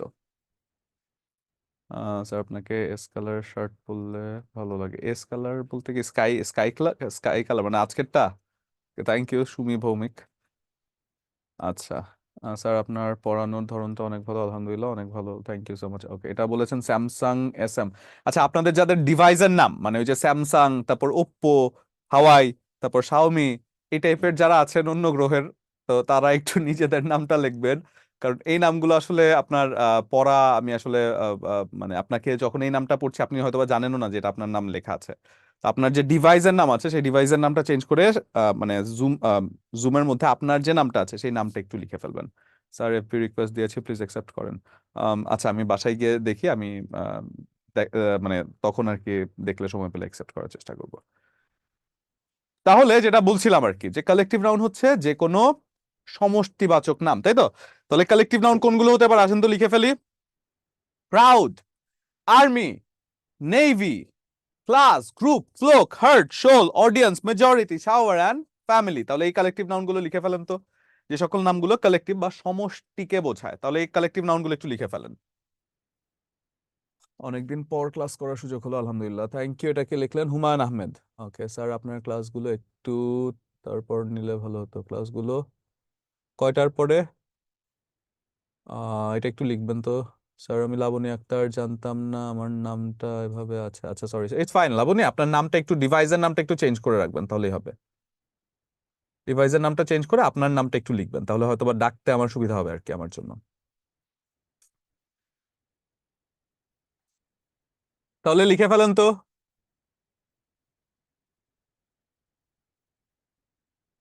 পার্টস অফ স্পিচে আমাদের আমার 5টা কোয়েশ্চেন প্রবলেম আছে। আচ্ছা ঠিক আছে, আমি ক্লাসের শেষে আপনাকে সুযোগ দেওয়ার চেষ্টা করবো, আপনি ক্লাসের শেষে একটু হ্যান্ড রেজ করবেন, ঠিক আছে? তখন আমি বলে দেওয়ার চেষ্টা করব।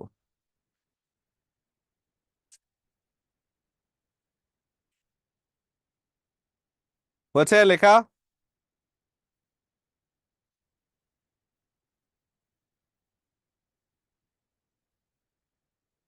তাহলে যখন বলা হচ্ছে কালেকটিভ নাউন, তাহলে আমাদের এবার চলে গেল কালেকটিভ নাউন হচ্ছে সমষ্টিগত নাম, তাই তো? সমষ্টিগত নাম। এবার আসেন সমষ্টিগত। স্যার অনুগ্রহ করে লেকচার শিট দিতে বলবেন। আচ্ছা, এই লেকচার শিট এগুলো আসলে আপনাদের অ্যাপ সংক্রান্ত বা ওয়েবসাইট সংক্রান্ত যে কাজগুলো আছে সেগুলো আসলে সার্ভিস ডিপার্টমেন্ট ডিল করে থাকে। সার্ভিস ডিপার্টমেন্ট একটু কথা বলার চেষ্টা করবেন ব্যাপারগুলো নিয়ে, ঠিক আছে? তাহলে এবার আসেন আমরা যদি বলি ম্যাটেরিয়াল নাউন, আরো একটা নাম আছে প্লেয়ার। তাহলে কিভাবে কমন নাউন হলো? প্লেয়ার তাহলে কিভাবে কমন নাউন হলো একটু চিন্তা করেন তো। প্লেয়ার মানে কি টিম? জুলিয়া বলছেন। আমাদের কারোর কি মনে হচ্ছে যে প্লেয়ার, প্লেয়ার মানে একটা দল, প্লেয়ার মানে কি অনেক অনেক মানুষকে বোঝায়? বলেন তো, আমি আপনাদেরকে দেখতে পাচ্ছি। কারোর কি মনে হয়? তাহলে হাত তুলেন এভাবে, এই হাত না, মানে আপনার যে ইয়েতে হাত তুলেছেন ওই হাত না। কারোর যদি মনে হয় যে প্লেয়ার মানে দল, অনেকে একসাথে, তাহলে হাত তুলেন এভাবে। কারোর মনে হয়? হ্যাঁও বলে না, নাও বলে না। হ্যাঁ, একজন না করেছেন, তানিয়া না করেছেন। বাকি সবার কি মাথায়ও ডিস্টার্ব হয়েছে নাকি ঘাড়ে ডিস্টার্ব হয়েছে, মাথাও নাড়াতে পারছেন না?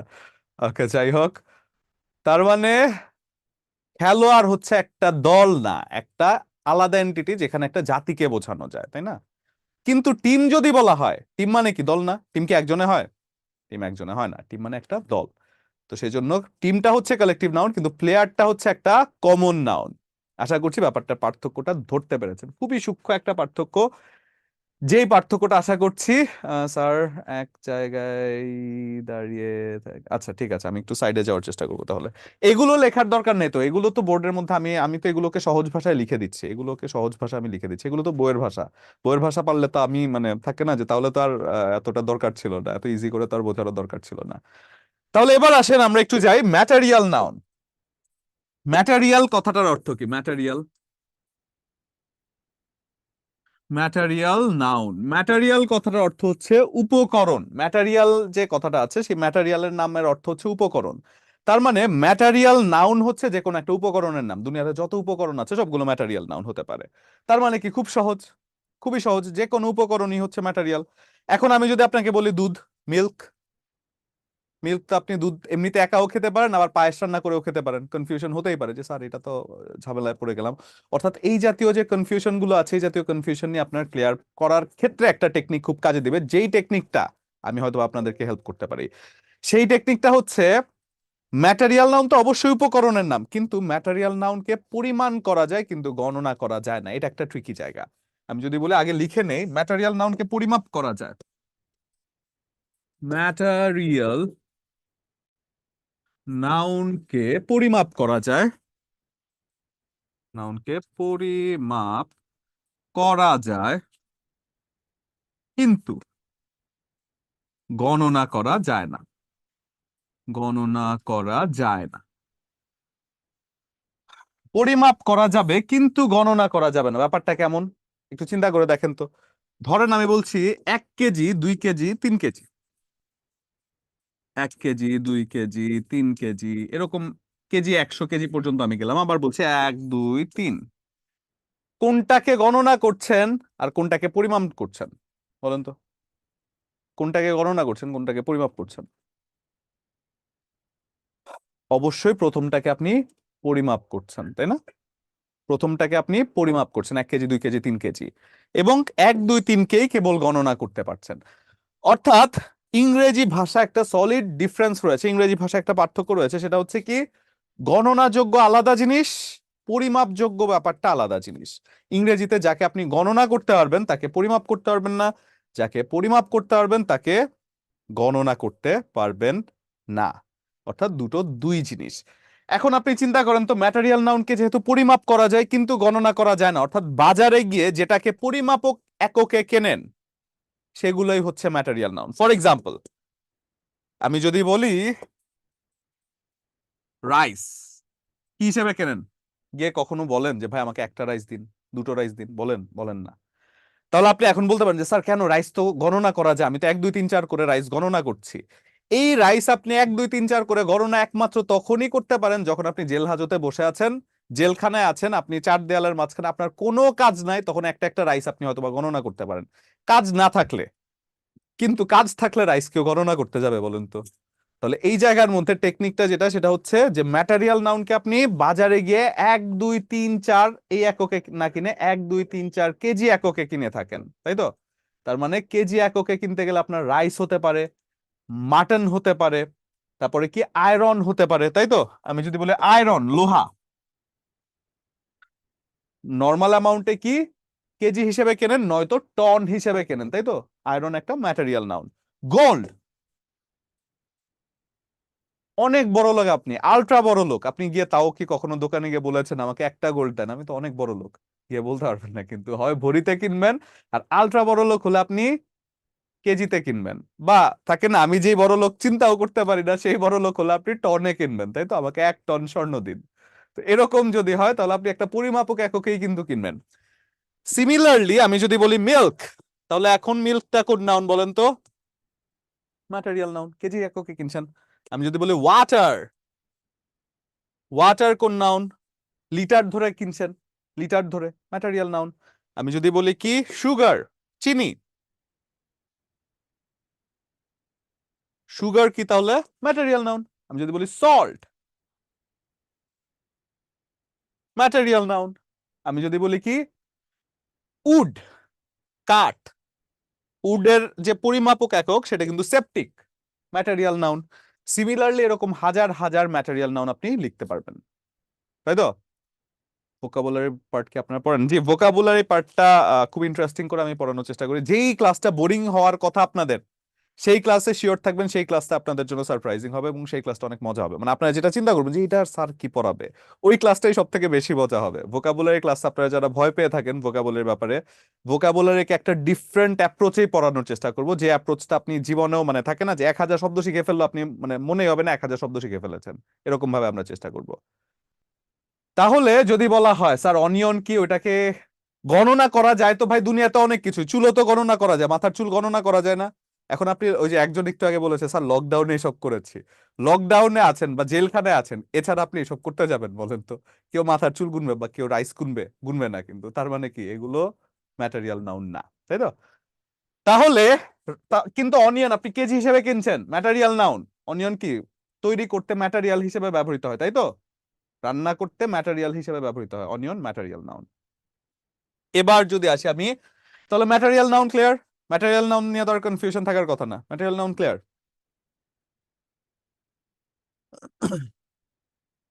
একটু কমেন্ট করেন তো। ওকে, ক্লিয়ার। এবার আসেন abstract noun. Abstract noun, abstract কথাটার অর্থ কি? অ্যাবস্ট্রাক্ট কথাটার অর্থ হচ্ছে অদৃশ্য। তাহলে অ্যাবস্ট্রাক্ট নাউন কথাটার অর্থ কি? যেই নামটি দেখা যায় না, ধরা যায় না, ছোঁয়া যায় না, কেবলমাত্র অনুভব করতে পারেন, তাই তো? অদৃশ্য অনুভূতির নামটাই অ্যাবস্ট্রাক্ট নাউন। আমরা যদি বলি অদৃশ্য অনুভূতি, অদৃশ্য অনুভূতি, অনুভূতির নামই অ্যাবস্ট্রাক্ট নাউন। অদৃশ্য অনুভূতির নামই অ্যাবস্ট্রাক্ট নাউন, অ্যাবস্ট্রাক্ট নাউন। তাহলে অদৃশ্য অনুভূতির নাম যদি আমি বলি, সেটা যদি অ্যাবস্ট্রাক্ট নাউন হয়, তাহলে অদৃশ্য অনুভূতি কেমন হতে পারে? ফর এক্সাম্পল আমি যদি বলি অদৃশ্য যে কোনো কিছু দেখা যায় না, ধরা যায় না, কেবলমাত্র অনুভব করতে পারছেন, তাই তো? ফর এক্সাম্পল আপনি যদি বলেন লাভ, লাভ আপনি কাউকে দেখাতে পারবেন? ভালোবাসা কাউকে দেখাতে পারবেন? আপনি শুধু আপনার যে ফিলিং আছে সেটা হয়তো বা এক্সপ্রেস করতে পারবেন আপনি আপনার কাজ কারবার দিয়ে, ভালোবাসা কিন্তু দেখানো যায় না। আপনি যদি বলেন অনেস্টি, সততা, অনেস্টি কি দেখানো যায়? যায় না। আপনি যদি বলেন বিউটি, সৌন্দর্য, কাউকে দেখানো যায় সৌন্দর্য? আপনি বলবেন যে স্যার মানুষের সৌন্দর্য তো আমরা দেখেই তারপরে ইয়ে করি। মানুষের সৌন্দর্য যদি আমরা দেখতে পারতাম তাহলে আফ্রিকান সুন্দরী আর আমাদের সুন্দরী এক হতো না, তাই না? সুন্দর তো সুন্দরী। তাহলে আপনি আফ্রিকান সুন্দরীকে বলতেন যে মিস ইউনিভার্স। তো আমরা যেহেতু সুন্দর, মানে সৌন্দর্যের ব্যাপারটা হচ্ছে কি society to society, culture to culture vary করে, তাই তো?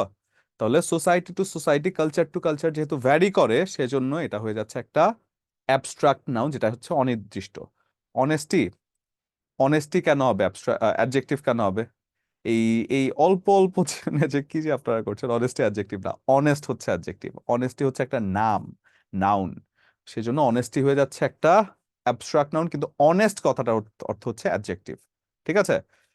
লাভ, হ্যাঁ, লাভ করার ক্ষেত্রে, ভালোবাসার ক্ষেত্রে লাভ যদি বলা হয় যে আমি তোমাকে লাভ করি বা আই লাভ ইউ, ওই যে কথাটা আপনি বলেন, তো কি করো, ভালোবাসো, তো সেই ক্ষেত্রে আপনি এটা হয়তো বা আহ, মানে ভার্বে চলে যায়। কিন্তু যদি আপনি নামের কথা বলেন, ভালোবাসা কি একটা নাম না, সেটার ক্ষেত্রে সেটা একটা কি বলে, অ্যাবস্ট্রাক্ট নাউন। সিমিলারলি আপনি যদি বলেন চাইল্ডহুড, চাইল্ডহুড, আপনি যদি বলেন ম্যানহুড,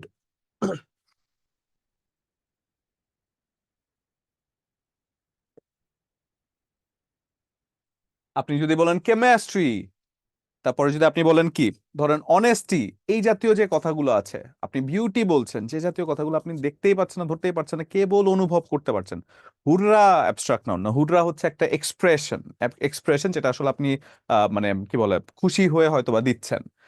অর্থাৎ এই জিনিসগুলো আমরা দেখতে পাই না, ধরতে পারি না, ছুঁতে পারি না, কিন্তু অনুভব করতে পারি। এখন আপনি আমাকে বলতে পারেন যে স্যার কেন অনন্ত জলিল তো ওই যে কি জানি কোন সিনেমার মধ্যে যে হার্ট বের করে ভালোবাসা দেখিয়ে দিয়েছিল, তো অনন্ত জলিল এক্সেপশনাল কেস, আমরা অনন্ত জলিল না। ঠিক আছে? তো সেজন্য ভালোবাসাটাকে দেখা যায় না, ধরা যায় না, ছোঁয়া যায় না, শুধু ছোঁয়া যায় না, শুধু অনুভব করা যায়। তাহলে এটা হয়ে যাচ্ছে অ্যাবস্ট্রাক্ট নাউন। এবং গণনার ভিত্তিতে নাউন দুই প্রকার। গণনার ভিত্তিতে নাউন দুই প্রকার। একটা হচ্ছে কাউন্টেবল নাউন, একটা হচ্ছে কাউন্টেবল নাউন।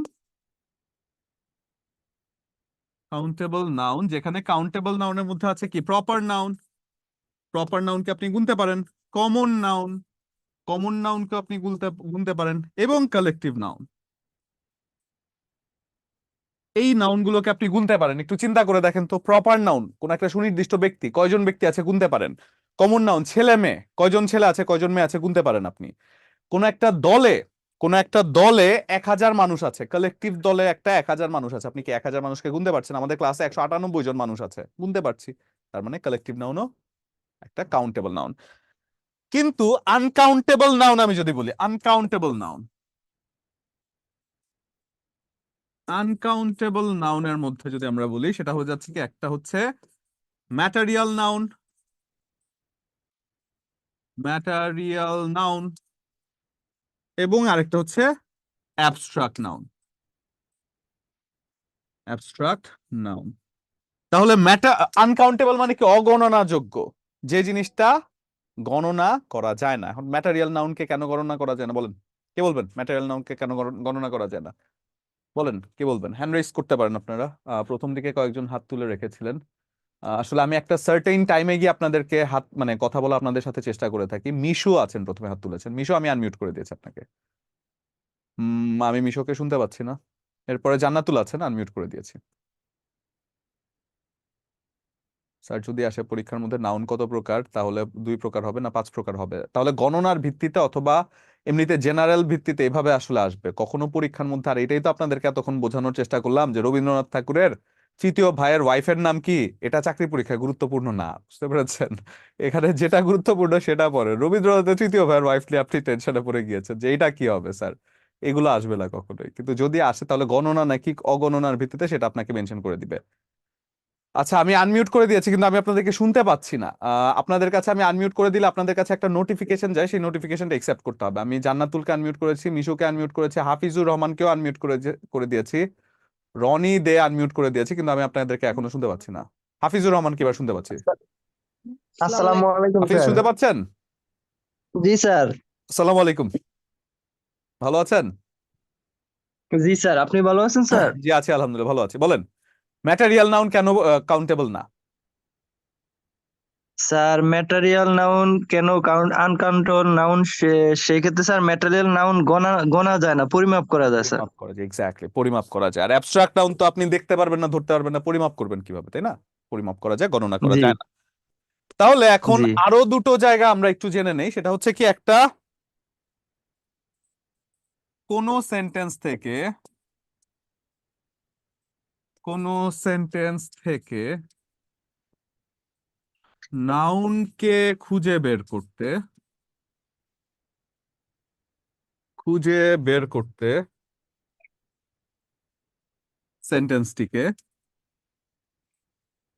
সেন্টেন্সটিকে কি দ্বারা প্রশ্ন করলে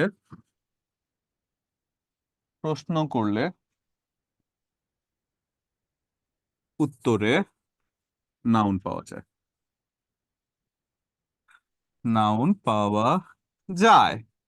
কি দ্বারা প্রশ্ন করলে উত্তরে নাউন পাওয়া যায়, তাই তো? কি দ্বারা, যখন আপনি কোন একটা সেন্টেন্সকে কি দ্বারা প্রশ্ন করে থাকেন, তাহলে এটা আসলে এখন প্রয়োজন হবে না, এটা আপনার ভার্বে গিয়ে প্রয়োজন হবে যখন আমরা জিরান পার্টিসিপল পড়বো। বাট আগে থেকে আমি শিখিয়ে রাখছি এই জিনিসটা। জাস্ট মাথায় রাখবেন, কোন একটা সেন্টেন্স থেকে নাউনকে খুঁজে বের করতে হলে কি দ্বারা প্রশ্ন করতে হয়। আরেকটা জায়গায় যদি আমি বলি, সেটা হচ্ছে কি, কোনো প্রপার নাউন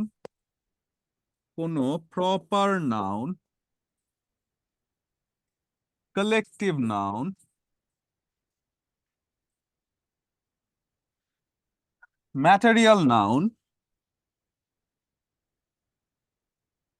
ম্যাটেরিয়াল নাউন অথবা অ্যাবস্ট্রাক্ট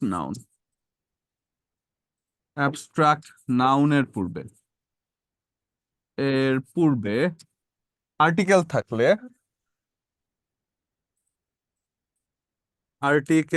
থাকলে তারা প্লুরাল কমন নাউন হয়ে যায়।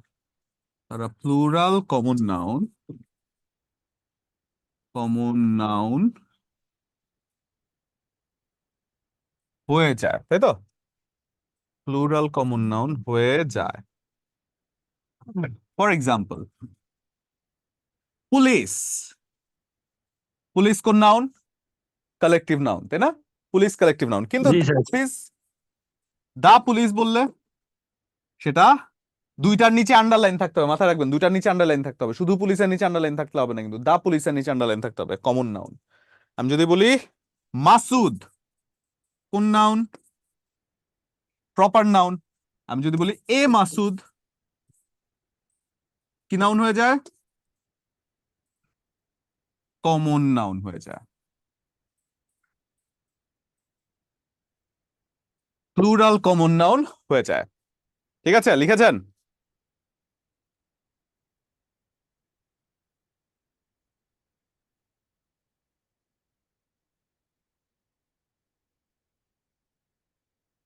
ওকে, ভেরি গুড। আচ্ছা আচ্ছা, এই যে হাফের মধ্যে ওদের দেখা যায়, হাফের মধ্যে ওই যে ওই রকম করে দেন,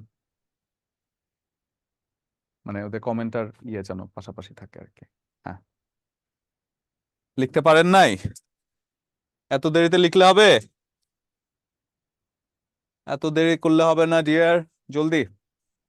তাহলে কোনো প্রপার নাউন, কালেকটিভ নাউন অথবা ম্যাটেরিয়াল নাউন অথবা অ্যাবস্ট্রাক্ট নাউনের পূর্বে যদি আর্টিকেল থাকে, তাহলে সেটা প্লুরাল কমন নাউন হয়। আর প্লুরাল কমন নাউন মানে কি? প্লুরাল হচ্ছে যেটা বহু বচন, এবং কমন নাউন মানে কি? কমন নাউন তো কমন নাউনই, যেটা দেখলেন। বহু বচন মানে এরপরের ভার্বটা হয়ে যায় প্লুরাল। এটা আমি দেখাবো আপনাদেরকে পরবর্তী ক্লাসে, মানে আমার যখন সাবজেক্ট ভার্ব এগ্রিমেন্ট থাকবে, তখন প্রতিটা ক্লাসই আপনাদের জন্য অনেক মজা হতে যাবে, মানে অনেক মজা করবেন আর কি। প্রত্যেকটা ক্লাসই মজায় মজায় শিখবেন, কোনো ক্লাসে বোরিং লাগবে না। এখন কি বোরিং লাগছে? 1 ঘন্টা 5 মিনিট চলে গিয়েছে, না স্যার। বুঝতে পেরেছেন? 1 ঘন্টা 5 মিনিট কিন্তু না স্যার। এরকমই আমরা প্রত্যেকটা ক্লাসে ইনশাল্লাহ মজায় মজায় শিখবো, ঠিক আছে? কোনো বোরিংনেস নাই।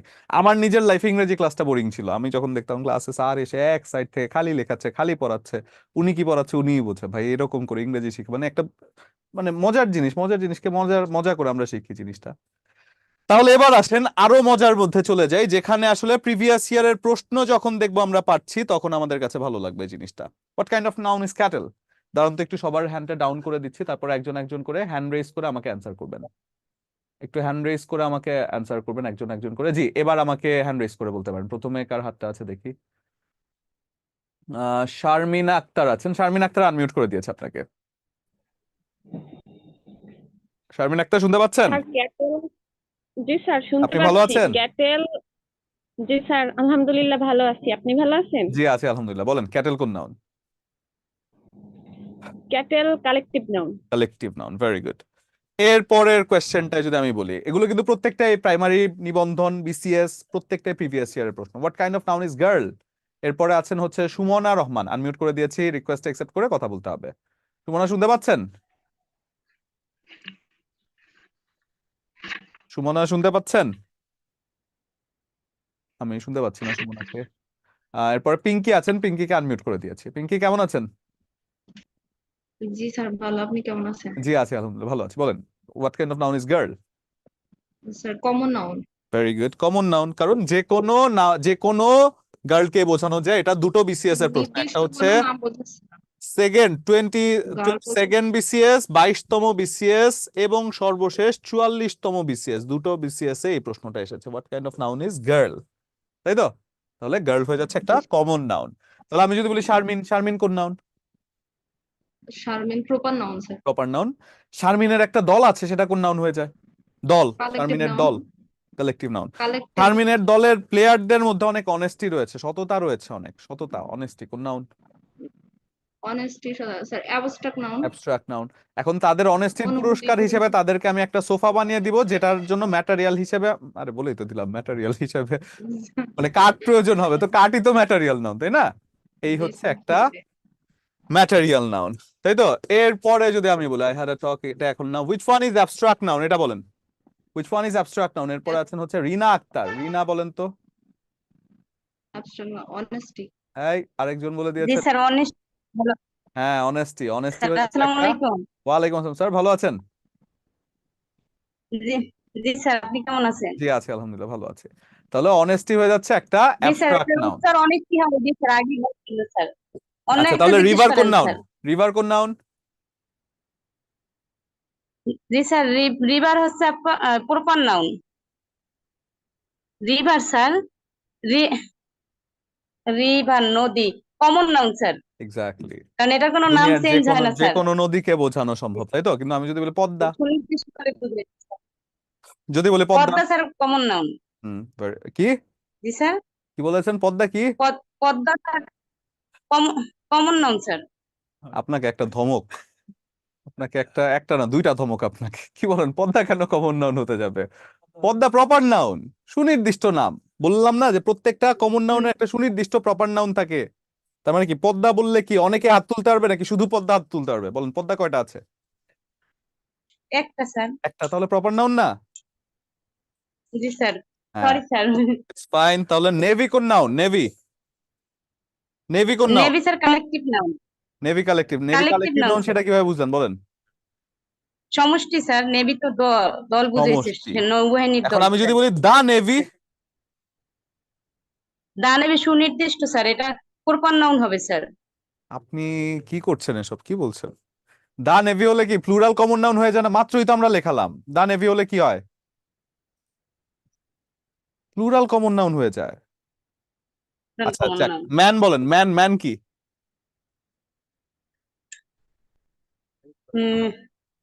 ম্যান হচ্ছে স্যার আপনাকে প্লুরাল। আপনাকে আরো 3টা ধমক, আপনাকে টোটাল 5টা ধমক দিলাম আমি, ঠিক আছে? ধমক, ধমক, ধমক, ধমক, ধমক, ধমক, 5টা। আপনি এটা পারছেন না কেন? ম্যান হচ্ছে একটা কমন নাউন। ম্যান হচ্ছে যে কোনো জি স্যার, ম্যানকে বোঝানো যায়, যে কোনো ম্যান হাত তুলতে পারে, কমন নাউন, তাই তো? তাহলে এটা হয়ে যাচ্ছে একটা কমন নাউন। বাকি সবাই তো পারছেন, আপনি পারছেন না কেন? বাকি সবাই কমেন্টে কিন্তু পারছে, বাকি সবাই কিন্তু কমেন্টে স্যার পারছে। আমি ক্লাসে মনোযোগী ছিলাম না স্যার, আপনি যখন ওইগুলো পড়াইছিলাম একটু মনোযোগী ছিলাম না আচ্ছা স্যার, এই আচ্ছা, জন্য যাক, প্রবলেমটা এরপরে থেকে হয়েছে। মনোযোগী থাকবেন। ক্লাসের শেষে আমাদের এজন্য ক্লাসের পড়াটা কিন্তু ক্লাসেই হয়ে যায়, হ্যাঁ? ক্লাসে পড়াটা আমাদের ক্লাসেই জি হয়ে স্যার। যায়, তো সেজন্য অবশ্যই চেষ্টা করবেন মনোযোগী থাকার জন্য। তাহলে এরপরের, আচ্ছা, আমার ধমক দেওয়ার প্যাটার্নটা কিন্তু আবার অন্যরকম। আমি ধমক কিন্তু আপনাদেরকে ধমক কথাটা বলে দিই, তো সেজন্য অনেকে হাসছেন, আবার অনেক স্টুডেন্টরা আছে, প্রিভিয়াস যারা স্টুডেন্ট আছে, তারা দেখা যেত যে ইচ্ছা করে ভুল করতো আবার ধমক শোনার জন্য, যে স্যার ধমক দেন তো একটা। এরকম ছিল আর কি। তো ধমকটাও আশা করছি মজা করেই দেই, এই জন্য আপনারা খুব একটা বেশি মন খারাপ করার সুযোগ নেই। তাহলে এটা যদি আমরা যাই, এরপরে বিউটি ইজ ট্রুথ, বিউটি কোন নাউন বলেন? বিউটি, বিউটি কোন নাউন? এটা আমাকে বলবেন হচ্ছে মিশু, মিশু বলবেন। মিশুকে আনমিউট করে দেই। হ্যাঁ, আনমিউট করে দিয়েছি। মিশু কেমন আছেন? স্যার আসসালামু আলাইকুম। ওয়ালাইকুম আসসালাম স্যার, ভালো আছেন? জি স্যার, ভালো আছেন আপনি? জি আছি আলহামদুলিল্লাহ, ভালো আছি। বলেন, এটা কোন noun? Sir abstract noun. Abstract noun, কারণ বিউটিকে দেখা যায় না। কিন্তু আপনার বান্ধবীর নাম যদি বিউটি হয়, সেটা কোন নাউন হবে? স্যার এটা হচ্ছে প্রপার নাউন। প্রপার নাউন হয়ে যায়। Very good. এরপরে যদি আমি যাই আরো দু একটা প্রশ্নে,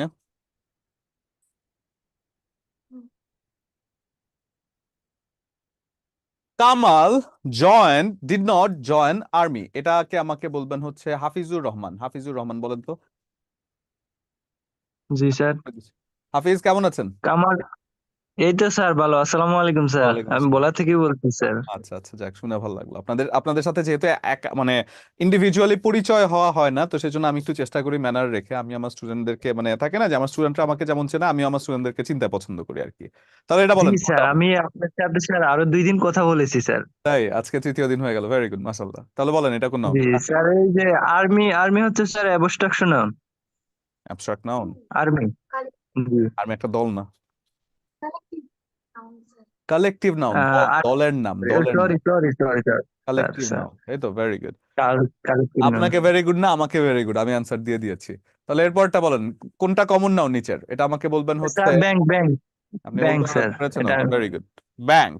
জি। কালেকটিভ নাউন, এটা আপনি বলবেন না, এটা আমি আরেকজনকে একটু সুযোগ দিই, এটা আমাকে বলবেন হচ্ছে তুষার। তুষার বলেন তো, তুষার কেমন আছেন? তুষার কোথায়, প্রিভিয়াসলি চলে গেল। তুষার আনমিউট করে দিয়েছে আপনাকে। তুষার কেমন আছেন? ভালো আছি স্যার। জি বলেন, আপনি এটা কেমন কি? আছেন? জি আছে আলহামদুলিল্লাহ, ভালো আছে। এটা কি হবে collective noun? Class. Class, exactly, যে কোনো একটা দলকে বোঝায়, তাই তো। অ্যাবস্ট্রাক্ট জি। নাউনের উদাহরণ এটা আছে না। এরপরে শাহরিমা, শাহরিমা বলেন তো। শাহরিমা আনমিউট আনমিউট করে দিয়েছে আপনাকে, কেমন আছেন? আলহামদুলিল্লাহ স্যার, ভালো। আপনি ভালো আছেন? জি আছে আলহামদুলিল্লাহ। আপনার নামটাকে আমি ঠিক মতো পড়তে পেরেছি, শাহরিমা না? জি স্যার। ওকে, এটার অর্থটা কি আপনার নামের? হ্যাঁ হ্যাঁ, কি অর্থ? সুন্দর। মানে নামের অর্থটা সুন্দর, তাই তো? না, নামের অর্থ সুন্দর। ও আচ্ছা আচ্ছা, এটা কিন্তু ভাইবা বোর্ডে জিজ্ঞাসা করা হয়। যে কোনো চাকরি প্রত্যাশী যারা আছেন, যে কোনো নাম, আপনাদের নামের অর্থ মানে ইউনিক নাম যদি থাকে, আপনার নামে বিখ্যাত কয়েকজন লোকের নাম বলেন, আপনার নামের অর্থ কি, এই নামে আর আর কি কি মানে আছে, এই দিনে কে কে জন্মগ্রহণ করেছে, আপনার যেদিন জন্মদিন, এইসব কিন্তু প্রশ্ন করা হয়। যেমন শাহরিমার নামটা আমার কাছে ইউনিক লাগলো, এটা কিন্তু আপনাকে ভাইবা বোর্ডে, যে কোনো ভাইবা বোর্ডে জিজ্ঞাসা করতে হতে পারে যে এটা কি, নামের অর্থটা কি, তাই তো? তাহলে এটা বলেন, এটা কি, কোনটা অ্যাবস্ট্রাক্ট নাউন? স্যার চাইল্ডহুড হবে। চাইল্ডহুড হবে, অর্থাৎ বাল্যকাল, যাকে দেখা যায় না, ধরা যায় না, ছোঁয়া যায় না, কেবল অনুভব করা যায়। ফ্যামিলি কোন noun? Common noun. Protective noun. Collective noun sir. Collective collective noun. Noun, exactly, Collective. Collective noun. আমার সাথে পুরুষ কে আছেন যেন, পুরুষ কে যেন আছেন,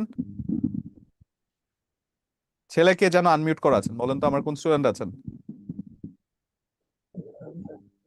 স্বীকার করছেন না, মানে বলছেন না, যাই হোক। এবার বুঝতে পেরেছেন নারী কেন বাংলাদেশের প্রধানমন্ত্রী? বুঝতে পেরেছেন? আপনি একা ভুল করেছেন, বাকি দুইজন কিন্তু ঠিকই শুদ্ধটা বলেছে। এটাই হচ্ছে ঘটনাটা, আমরা নিজেদেরকে পিছিয়ে রাখছি, মানে কি বলে যে একটু চিন্তা ভাবনা করে অ্যান্সার দিবেন। ঠিক আছে, তাহলে এটা হয়ে যাচ্ছে কি কালেকটিভ নাউন, ফ্যামিলি। বয়, বয় কোন নাউন শারিমা বলেন তো? Sir common noun. Common noun, যে কোনো বয় হতে পারে, তাই তো? কিন্তু আমি যদি বলি ধরেন রফিক, রফিক কোন noun? Proper noun. Proper noun, very good. Child, child কি নাউন বললেন? Common noun. Common noun, exactly, common noun, যে কোনো চাইল্ডই হতে পারে, তাই তো? এবার আসেন আমরা স্যার। নাউনের পরিবর্তে, নাউন তো গেল, নাউন নিয়ে কারো কোনো কনফিউশন আছে? যা বুঝিয়েছি, যেভাবে বুঝিয়েছি, এইভাবে যদি আপনি বোঝেন, আপনাকে যদি মনে করেন যে দুনিয়ার একেবারে থাকে না, যেইখান থেকে খুশি সেইখান থেকে যদি প্রশ্ন করা হয় নাউন নিয়ে, কোটি কোটি নাউন আছে, আপনার একটাও কনফিউশন হবে না। আপনি একটু চিন্তা করে, মুখস্থ আনসার করবেন না, কিন্তু চিন্তা করে, যে স্ট্র্যাটেজি বলেছি, যে টেকনিক বলেছি, 100% যে কোনো প্রশ্নে এই টেকনিক কাজে লাগবে। সেজন্য একটু অ্যানালাইসিস করে চিন্তা করে বের করবেন, ঠিক আছে? তাহলে এবার যদি আমরা বলি প্রোনাউন, প্রোনাউন ব্যাপারটা কি? প্রোনাউন কথাটার অর্থ হচ্ছে নাউনের পরিবর্তে যে সকল শব্দগুলো ব্যবহৃত হয়, তাই তো? তাহলে নাউন হচ্ছে প্রোনাউন হচ্ছে নাউনের পরিবর্তে যে সকল শব্দগুলো ব্যবহৃত হয়। এখন নাউনের পরিবর্তে যে সকল শব্দগুলো ব্যবহৃত হয় সেটা তো বুঝলাম, তাহলে নাউনের পরিবর্তে কোনো শব্দ ব্যবহার করার প্রয়োজনটা কি? নাউনের পরিবর্তে কোন একটা শব্দ ব্যবহার করার প্রয়োজনটা কি? প্রয়োজনটা হচ্ছে যদি না ব্যবহার করেন তাহলে সেটা ব্যাড ম্যানার হয়ে যায়, বা ব্যাড ম্যানার বলতে কি, সেন্টেন্সটা হয় না। ফর এক্সাম্পল, আপনি যদি গরু নিয়ে একটা রচনা লেখেন, আপনি লিখলেন যে the cow is a domestic animal, cow eats grass, এই সেই কথায় কথায় লাইনে লাইনে আপনি কাউ কাউ লিখছেন। এখন আপনার এই যে লাইনে লাইনে কাউ কাউ লিখছেন, আপনাকে জিজ্ঞাসা করলে "এই, এতবার কাউ কাউ লিখছো কেন?" আপনাকে যখন বলা হলো যে এতবার কাউ কাউ লিখলো কেন, আপনি তখন বললেন যে আমার ইচ্ছা, আমার কলম, আমার খাতা, আমার স্বাধীনতা, আমি কাউয়ের নাম লিখবো, আপনার সমস্যা কি? তো তখন আপনাকে যদি একটা কানমলা টিচার দিয়ে দেয় তো সেটা কিন্তু জায়েজ আছে, মানে টিচার সেটা আসলে গুনাহ করবে না আপনাকে যদি একটা কানমলা দিয়ে দেয়, কারণ নাউনের পরিবর্তে প্রোনাউন ব্যবহার না করলে সেটা মানে সেন্টেন্সটা আসলে মাধুর্য থাকে না বা সেন্টেন্সটা নষ্ট হয়ে যায়। কাউ বলে এরপরে এর যে প্রোনাউন আছে সেটা ব্যবহার করতে হবে, অর্থাৎ প্রোনাউনের যে ব্যবহার সেটা হচ্ছে সেন্টেন্সকে শুদ্ধ রাখার জন্য ব্যবহার করতে হয়, আপনার ইচ্ছা মতো কিন্তু আপনি ব্যবহার করছেন না। তাহলে প্রোনাউন থেকে যে প্রশ্নটা আসে সেই প্রশ্নটা কি জানেন? ফর এক্সাম্পল হঠাৎ করে দিয়ে দিল দিস, বলা হলো what kind of pronoun is the word this, this কোন প্রকারের প্রোনাউন, তাই তো? মানি কি কাউন্টেবল নাকি আনকাউন্টেবল, এটা প্রশ্ন করেছেন সাব্বির হোসেন। মানি যে টাকা, টাকাটা কিন্তু আপনি গণনা করছেন না, টাকাটাকে কি বলেন, পরিমাপ করেন না। আপনার কাছে 1 কোটি টাকার একটা অ্যামাউন্ট আছে, আপনি কি চিন্তা করেন না যে আমি এই পরিমাণে বড় লোক, নাকি আপনি বলেন 1 কোটিটা বড় লোক আমি, বলেন? বলেন না, কিন্তু আপনি এই পরিমাণে একটা মেজারিং অ্যামাউন্ট টাকা, তাই টাকা একটা আনকাউন্টেবল নাউন। সিমিলারলি ঘড়ি, ঘড়ির যে সময় আছে টাইম, আপনি বলতে পারেন যে স্যার 3টা বাজে, আমি তো দেখলাম 3টা বাজে, আমি তো গণনা করে বলছি, না গণনা করছেন না। ঘড়িতে 3টা বাজে মানে সময়ের একটা সময়, মানে দিনের একটা সময় পার হয়েছে, যেটার একটা মেজার বা পরিমাপ আপনি বোঝাচ্ছেন, তাহলে টাইম কি? Uncountable noun. এদেরকে আবার ম্যাটারিয়াল ট্যাটারিয়ালের মধ্যে ইয়ে করতে যাবেন না, ম্যাটারিয়াল অন্য জিনিস, মানে আনকাউন্টেবল কাউন্টেবল এই ব্যাপারটা আপনি মাথায় রাখেন যে কাউন্টেবল কোনটা আনকাউন্টেবল কোনটা, ঠিক আছে? ইউথ কি কমন নাকি কালেক্টিভ? ইউথ হচ্ছে একটা কমন নাউন। তাহলে প্রপার প্রোনাউন যখন বলছি, ধরেন প্রোনাউন থেকে যে প্রশ্নটা বলে দেয়, প্রোনাউন থেকে হঠাৎ করে একটা প্রশ্ন আসলো কি দিস, দিস কোন প্রকারের প্রোনাউন আসতে পারে? এই প্রোনাউন হচ্ছে কয়েকটা প্রোনাউন একটু কম আসে প্রোনাউন থেকে প্রশ্ন তুলনামূলক, কিন্তু আমরা যেহেতু শিখছি সিরিয়ালে, আমরা শিখছি, প্রত্যেকটাই আমরা শিখবো, তো কোন শব্দটি কোন প্রোনাউন হিসেবে ব্যবহৃত হয় সেটা যদি আমি জানি তাহলে এখান থেকে আর আমার তেমন একটা পড়ার কিছু নাই, কারণ পড়তে গেলে আপনার অনেক পড়া যাবে, কিন্তু এটা দরকার নেই, আসলে আননেসেসারি পড়া হবে, আননেসেসারি পড়ে কোনো লাভ নেই। তাহলে প্রথমেই যদি আমি বলি পার্সোনাল প্রোনাউন, পার্সনের পরিবর্তে যে সকল প্রোনাউন গুলো ব্যবহৃত হয়, পার্সোনাল প্রোনাউন, পার্সোনাল প্রোনাউন, তাহলে পার্সোনাল প্রোনাউন গুলো সবসময় একটা পার্সনের পরিবর্তে ব্যবহৃত হয়, তাই তো? তাহলে পার্সোনাল প্রোনাউন যদি আমরা বলি, ফর এক্সাম্পল, আমি একটু এক্সাম্পল আপনাদেরকে দেখালে জিনিসটা আপনাদেরকে বুঝতে সহজ হবে। ধরেন আমি বলছি হি ওয়েন্ট টু স্কুল, তাহলে হি কি একটা পার্সনকে বোঝাচ্ছি না? Personal pronoun he. তাহলে he, she, it, they, we, us, you, এ জাতীয় যে কথাগুলো আছে সেগুলো পার্সোনাল প্রোনাউন হয়ে যায়। তাহলে আমি যদি বলি পার্সোনাল প্রোনাউনে কোন শব্দগুলো বসে? He, she, it, they, we, you, I, এই জাতীয় যে কথাগুলো আছে এগুলো হয়ে যাচ্ছে পার্সোনাল প্রোনাউন, তাই তো? মানে পার্সনকে যখন বোঝানো হবে, তাই তো? এরপরে যদি আমি বলি ডেমনস্ট্রেটিভ প্রোনাউন, ডেমনস্ট্রেটিভ প্রোনাউন, তাহলে ডেমনস্ট্রেট কথাটার অর্থ কি? ডেমনস্ট্রেট নির্দেশ করা, কোনো কিছু দেখানো, তাহলে ডেমনস্ট্রেটিভ প্রোনাউনটা কি? নির্দেশ করা হবে, তাই তো? ফর এক্সাম্পল আপনি যখন বলছেন দিস ইজ মাই বুক, আপনি একটা বইকে নির্দেশ করে, স্যার পলিটিস কোন নাউন, পলিটিক্স কি? পলিটিক্স স্পেলিং হয় নাই তো আপনার। তাহলে যখন বলা হচ্ছে যে পলিটিক্স কোন নাউন, পলিটিক্স একটা অ্যাবস্ট্রাক্ট নাউন, এটা একটা ফিলিং, একটা সেন্সেশন, ঠিক আছে? এটা একটা অদ্ভুত আর দেখেন এই জাতীয় মানে এখন আপনাদের যে কিউরিসিটি গুলো আছে, এই কিউরিসিটিটা কিন্তু পরীক্ষার মধ্যে আসবে না, তো সেজন্য এই জায়গাটা যদি একটু আপনারা কম রাখেন তাহলে হয়তো আমি ক্লাসের যেখান থেকে পরীক্ষা আসে আপনি ক্লাস থেকে হুবহু অনেক কিছু পেতে পারেন। তো আমরা একটু কিউরিসিটিটা পরে জিজ্ঞাসা করি, ক্লাসের মধ্যে পরে যখন সময় থাকবে আমি আপনাদের দু একজনকে সময় দেওয়ার মানে কথা বলার সময় দেওয়ার চেষ্টা করব, তখন আপনারা এই প্রশ্নগুলো করবেন দয়া করে। তাহলে ডেমনস্ট্রেটিভ নাউন বলা হচ্ছে দিস ইজ মাই বুক, তাহলে ডেমনস্ট্রেট মানে নির্দেশ করা, কোন সকল শব্দগুলো হতে পারে? This, that, this, those. তাহলে ডেমনস্ট্রেটিভ প্রোনাউন গুলো হতে পারে দিস, দ্যাট, দিস এবং দোজ, দিস এবং দোজ, এই শব্দগুলো হতে পারে ডেমনস্ট্রেটিভ প্রোনাউন। আচ্ছা আরেকটা জিনিস, আপনাদের মনে কিন্তু এই ইট নিয়ে কনফিউশন হতে পারে যে স্যার ইট কিভাবে পার্সোনাল প্রোনাউন হলো।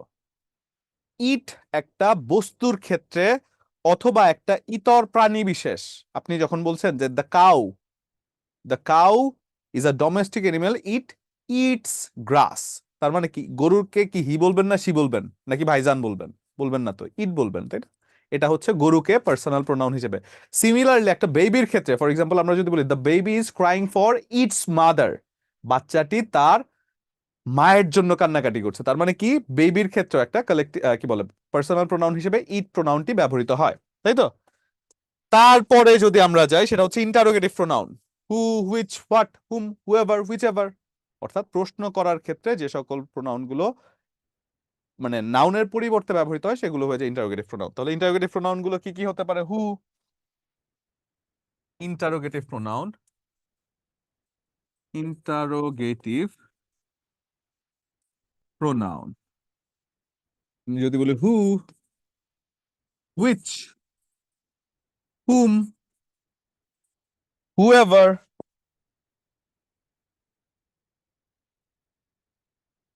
হুইচএভার, এই সকল প্রোনাউন গুলো হয়ে যায় ইন্টারোগেটিভ প্রোনাউন বা প্রশ্ন করার ক্ষেত্রে যে প্রোনাউনটা ব্যবহৃত হয়, তাই তো? এরপরে যদি আমি যাই রিলেটিভ প্রোনাউন, দেখেন তো রিলেটিভ, রিলেটিভ মানে কি সম্পর্ক। এখন দেখেন দুটো সেন্টেন্সের মাঝে এই হু কথাটাই কিন্তু সম্পর্ক সৃষ্টি করছে, এই হু কথাটা দুটো সেন্টেন্সের মাঝে সম্পর্ক সৃষ্টি করছে। এখন আপনি আমাকে বলতে পারেন যে স্যার হু তো ইন্টারোগেটিভ প্রোনাউন আমরা পড়েছি, কিন্তু এখানে তো রিলেশন সৃষ্টি করছে, তাই না? তো রিলেশন সৃষ্টি করলে সেটা কি হয়ে যায়? রিলেটিভ প্রোনাউন হয়ে যায়। যেই প্রোনাউনটা রিলেশন, দুটো সেন্টেন্সের মাঝে রিলেশন সৃষ্টি করে সেটা একটা রিলেটিভ প্রোনাউন হয়ে যায়। তার মানে কি ইন্টারোগেটিভ প্রোনাউন যখন দুটো সেন্টেন্সকে যুক্ত করে, দুটো সেন্টেন্সের সাথে সম্পর্ক সৃষ্টি করে, সেটা হয়ে যায় রিলেটিভ প্রোনাউন। তাহলে এটা একটু লিখে ফেলি যে ইন্টারোগেটিভ প্রোনাউন গুলো relative pronoun, relative pronoun, interrogative pronoun গুলো, ইন্টারোগেটিভ প্রোনাউন গুলো, প্রোনাউন গুলো যখন দুটি সেন্টেন্সের এর রিলেশন সৃষ্টি করে, রিলেশন সৃষ্টি করে, সৃষ্টি করে, তখন সেটি রিলেটিভ প্রোনাউন হয়, সেটি রিলেটিভ প্রোনাউন, রিলেটিভ প্রোনাউন হয়। আর বর্তমান যুগে তারে মেসেঞ্জার কয়, মেসেঞ্জার, হোয়াটসঅ্যাপ, আরো কি কি যেন, হাই হ্যালো, তারপর আরো কত কিছু আপনারা বলেন। তো বর্তমান যুগে তারে মেসেঞ্জার কয়, কিন্তু রিলেশন সেন্টেন্সের ক্ষেত্রে তৈরি করলে তারে রিলেটিভ প্রোনাউন কয়, তাই তো? ক্লাস অফ হয়ে যাচ্ছে বারবার, এই ক্লাস কি অফ হয়ে যাচ্ছে নাকি? অফ তো হয়ে যাচ্ছে না। এই জনি, আপনার তো অনেক সমস্যা, আপনার নেটওয়ার্কে মনে হয় প্রবলেম আছে। আমি বেশ কয়েকবার দেখলাম যে আপনি বারবার বলছেন যে দেখা যাচ্ছে না, ঝাপসা লাগছে। তার মানে আপনার নেটওয়ার্কে সমস্যা আছে। আপনি একটু নেটওয়ার্কে বসে ক্লাসটা করার চেষ্টা করবেন। হ্যাঁ, আমি জনির কমেন্ট খেয়াল করেছি, আপনার বারবারই সমস্যা হচ্ছে। তো তার মানে আপনার নিজের নেটওয়ার্কে সমস্যা, বাকি সবাই কিন্তু বলছে যে না ক্লাস ঠিকঠাক আছে, মানে দেখা যাচ্ছে সবকিছু। জনি একটু নেটওয়ার্কে বসে ক্লাস করার চেষ্টা করবেন। তাহলে রিলেটিভ প্রোনাউনের পরে যদি আমরা যাই ইনডেফিনিট প্রোনাউন। ইনডেফিনিট কথার অর্থ কি? ইনডেফিনিট কথার অর্থ হচ্ছে অনির্দিষ্ট, তাই তো? ইনডেফিনিট মানে হচ্ছে অনির্দিষ্ট, যেই প্রোনাউন গুলো কোনো নির্দিষ্টতা না বুঝিয়ে অনির্দিষ্ট ব্যক্তি বা বস্তুকে বোঝানোর কাজটি করে থাকে। তাহলে ইনডেফিনিট প্রোনাউন কি? সামথিং, সামথিং মানে কি যে কোনো একটা নির্দিষ্ট কিছুকে বলছেন না, অনির্দিষ্ট দুনিয়ার যে কোনো কিছু হতে পারে, সামথিং যে কোনো কিছু হতে পারে।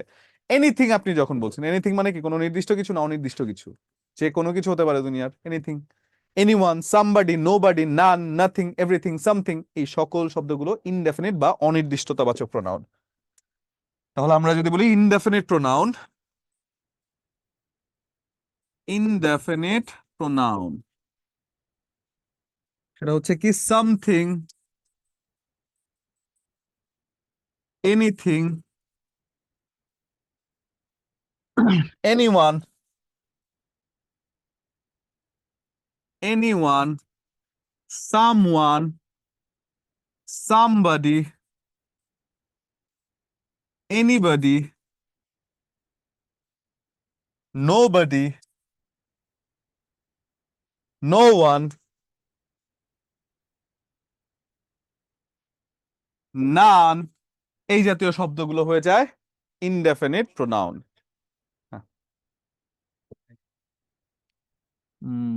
এ আরো বাংলায় লিখতে পারো, ইংরেজিতে লিখতে পারলো না? আচ্ছা থাক, দিয়েছেন যখন দিয়েছেন, কিন্তু বাংলা না দিয়ে ইংরেজিতে দিলে ভালো হতো। নিশ্চিত কমন 2 মার্কস, হ্যাঁ ঠিক আছে। হুম। পরীক্ষায় বিসিএস পরীক্ষায় নিশ্চিত কমন 2 মার্ক, হ্যাঁ ঠিক আছে, হ্যাঁ fine। তাহলে যেটা বলছিলাম যে everybody, everyone, nobody, no one, none এই জাতীয় শব্দগুলো থাকলে সেটা হয়ে যায় ইনডেফিনিট প্রোনাউন। এবার যদি আসি আমরা ডিস্ট্রিবিউটিভ প্রোনাউন। ডিস্ট্রিবিউট মানে কি? ভাগ করে দেয়া। ডিস্ট্রিবিউট করি না আমরা অনেক সময়, যে টাকাগুলো ডিস্ট্রিবিউট করে দাও, তাহলে ডিস্ট্রিবিউটিভ প্রোনাউন মানে ভাগ করে দেয়া, সবার মধ্যে কোনো একটা দোষ গুণ যখন ভাগ করে দেয়া হচ্ছে। তাহলে ডিস্ট্রিবিউটিভ প্রোনাউন গুলো কি?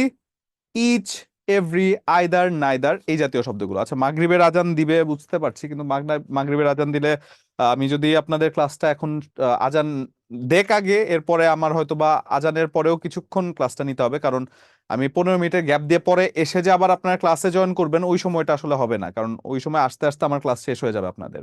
তো সেই জন্য আমার হয়তো বা 40 পর্যন্ত যেতে হবে আপনাদের ক্লাসে, 40 পর্যন্ত যেতে হবে। আপনারা 40-এর মধ্যে আমি আপনাদেরকে ছেড়ে দেওয়ার চেষ্টা করব। তাহলে যেটা বলছি যে ইচ ডিস্ট্রিবিউটিভ প্রোনাউন হচ্ছে ইচ, এভরি, আইদার, নাইদার এই সকল যে প্রোনাউন গুলো আছে সেগুলো হয়ে যাচ্ছে ডিস্ট্রিবিউট, মানে ভাগ করে দেয়া যে সকল প্রোনাউন। তাহলে আমরা যদি বলি ডিস্ট্রিবিউটিভ প্রোনাউন, ডিস্ট্রিবিউটিভ প্রোনাউন সেগুলো হচ্ছে ইচ, এভরি, আইদার এবং নাইদার। এই সকল প্রোনাউন গুলো হচ্ছে ডিস্ট্রিবিউটিভ বা ভাগ করে দেয়া হয় যেগুলো, যে কোনো একটা দোষ গুণ যে কারোর মধ্যে। ফর এক্সাম্পল আপনি যদি বলেন each of the boys intelligent, each of the boys intelligent. আচ্ছা নামাজের জন্য বিরতি দিব, আগে আজানটা দেখ, হ্যাঁ আজানটা দেখ। তাহলে যখন বলা হচ্ছে each of the boys intelligent, either of the students are brilliant, অর্থাৎ ইচ, এভরি, আইদার, নাইদার এই সকল প্রোনাউন গুলো যখনই আপনি দেখতে পান সেগুলো হয়ে যাচ্ছে কি? ডিস্ট্রিবিউটিভ বা ভাগ করে দেয়, তাই তো? এবং এরপরে যখন বলা হচ্ছে রেসিপ্রোকাল প্রোনাউন, রেসিপ্রোকাল মানে কি? দুয়ের মধ্যে সম্পর্ক বোঝানোর ক্ষেত্রে যে প্রোনাউন গুলো ব্যবহৃত হয়। ফর এক্সাম্পল আপনি যখন বলছেন রহিম এন্ড শিলা লাভ ইচ আদার, এই ইচ আদার, ওয়ান অ্যানাদার এই সকল শব্দগুলোকেই বলা হয়, বা এই সকল শব্দগুলো রেসিপ্রোকাল প্রোনাউন হিসেবে ব্যবহৃত হয়। তাহলে আমরা যদি বলি রেসিপ্রোকাল প্রোনাউন কোনগুলো? রেসিপ্রোকাল প্রোনাউন, রেসিপ্রোকাল প্রোনাউন হচ্ছে ইচ আদার অথবা ওয়ান অ্যানাদার। এবং আরেকটা আছে কি? Reflexive pronoun.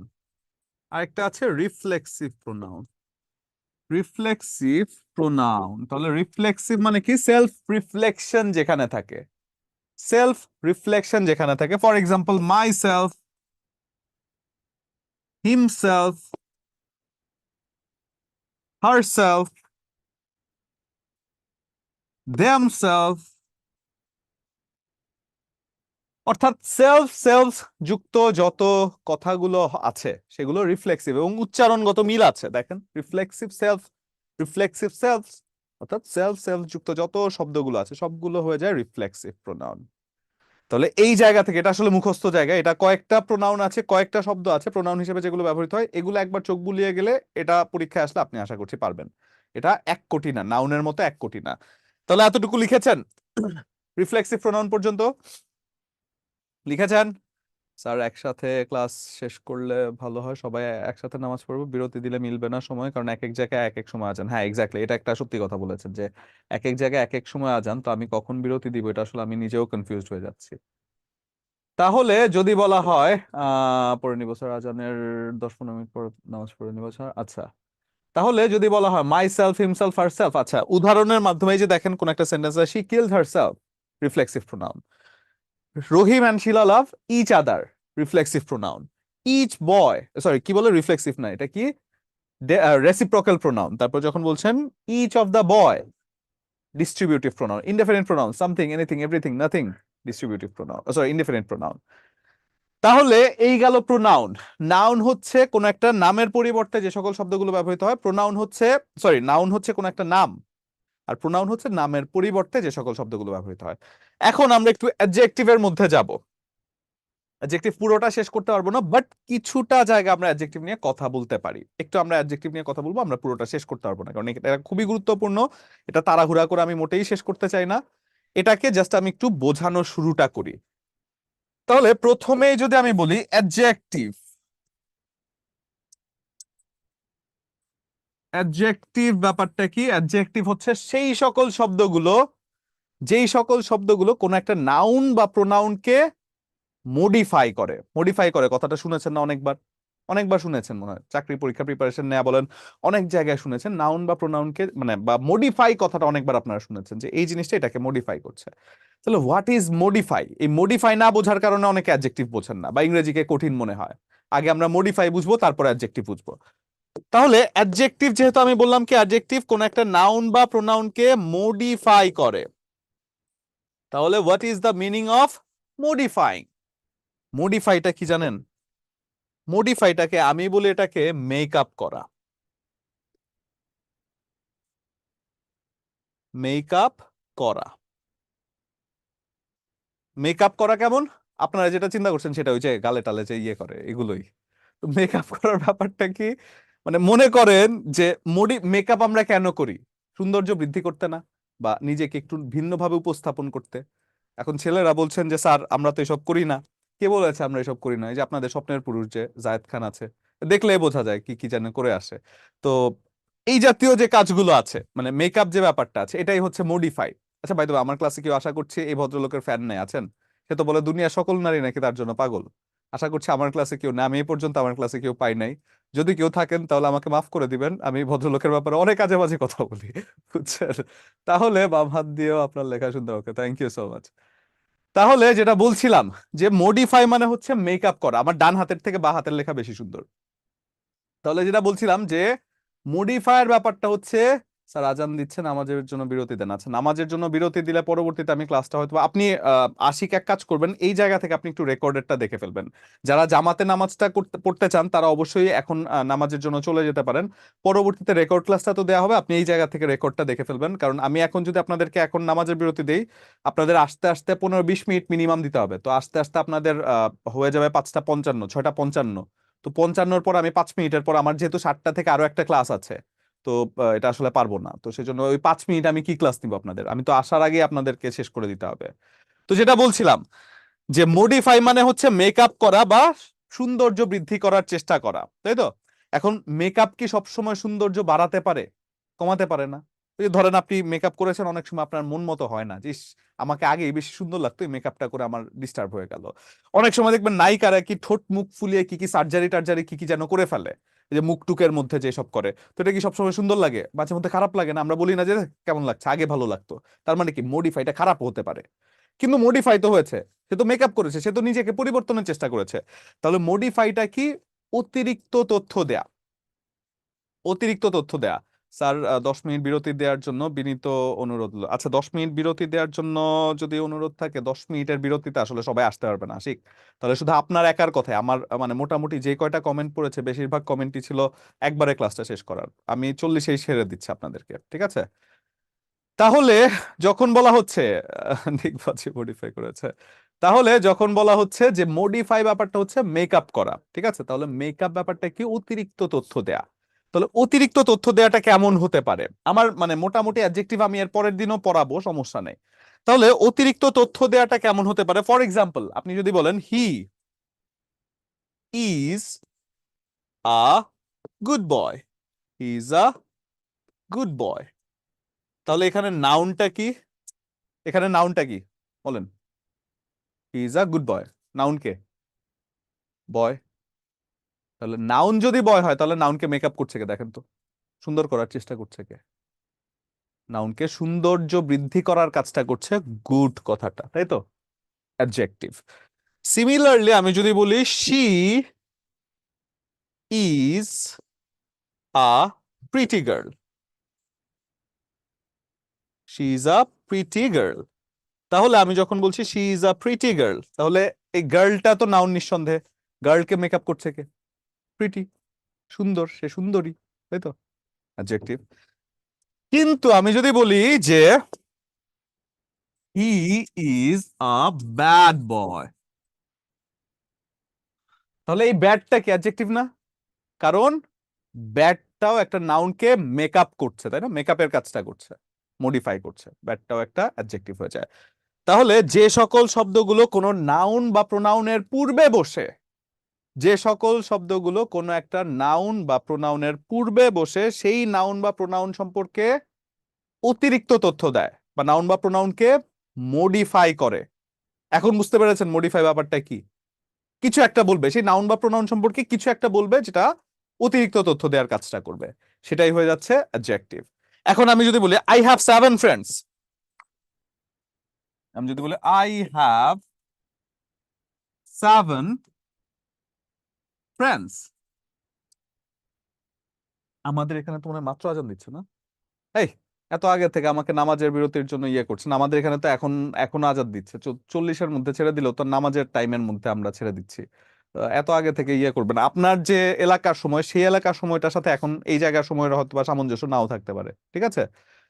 তাহলে যখন বলা হচ্ছে যে অ্যাডজেক্টিভ কথা, স্যার আপনাকে খুব ভালো লাগে স্যার, আপনার কথাবার্তা মায়া পড়ে গেলাম, love you sir, okay thank you so much, কিন্তু আপনার নামটা আমি দেখতে পাচ্ছি না।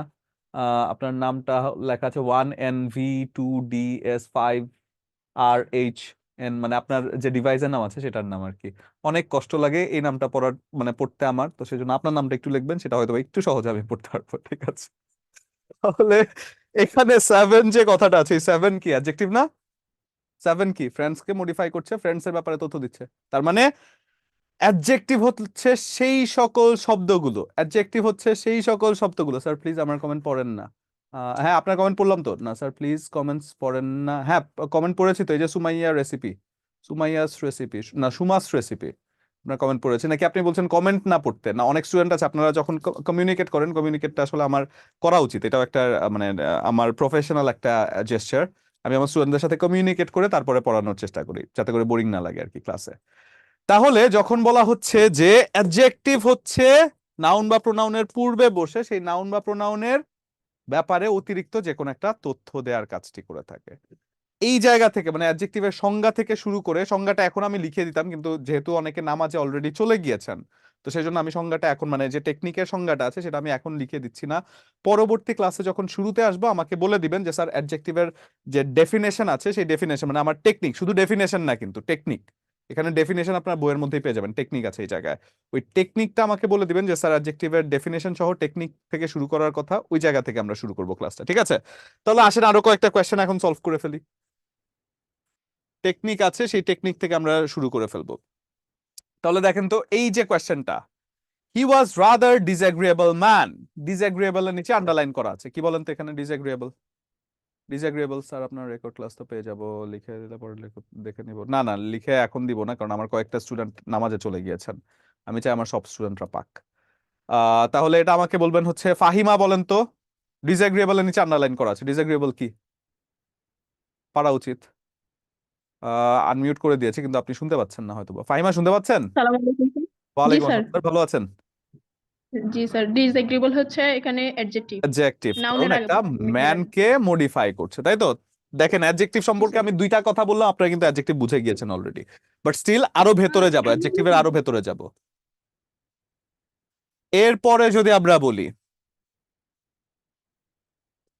Do not get into the running train, do not get into the running train, তাহলে রানিং কথাটা কি বলেন তো?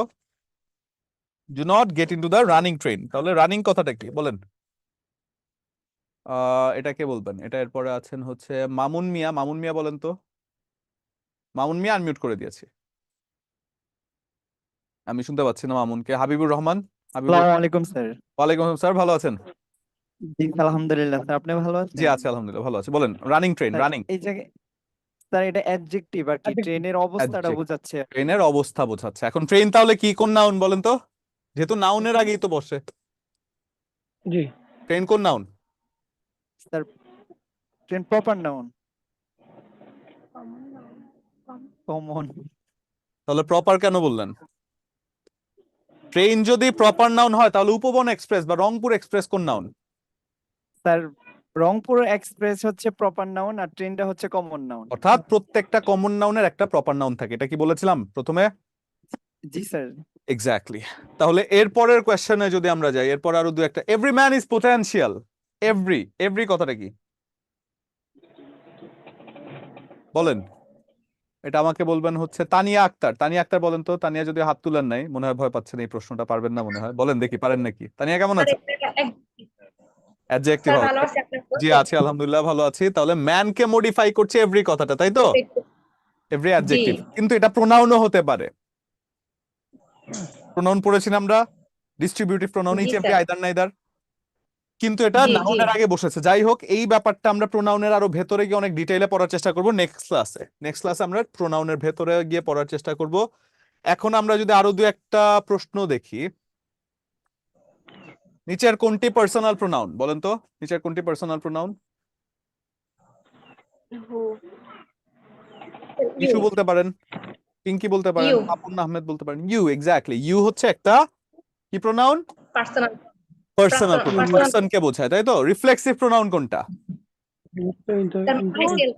Myself. Myself. Myself, exactly. Indefinite pronoun? myself. Anybody.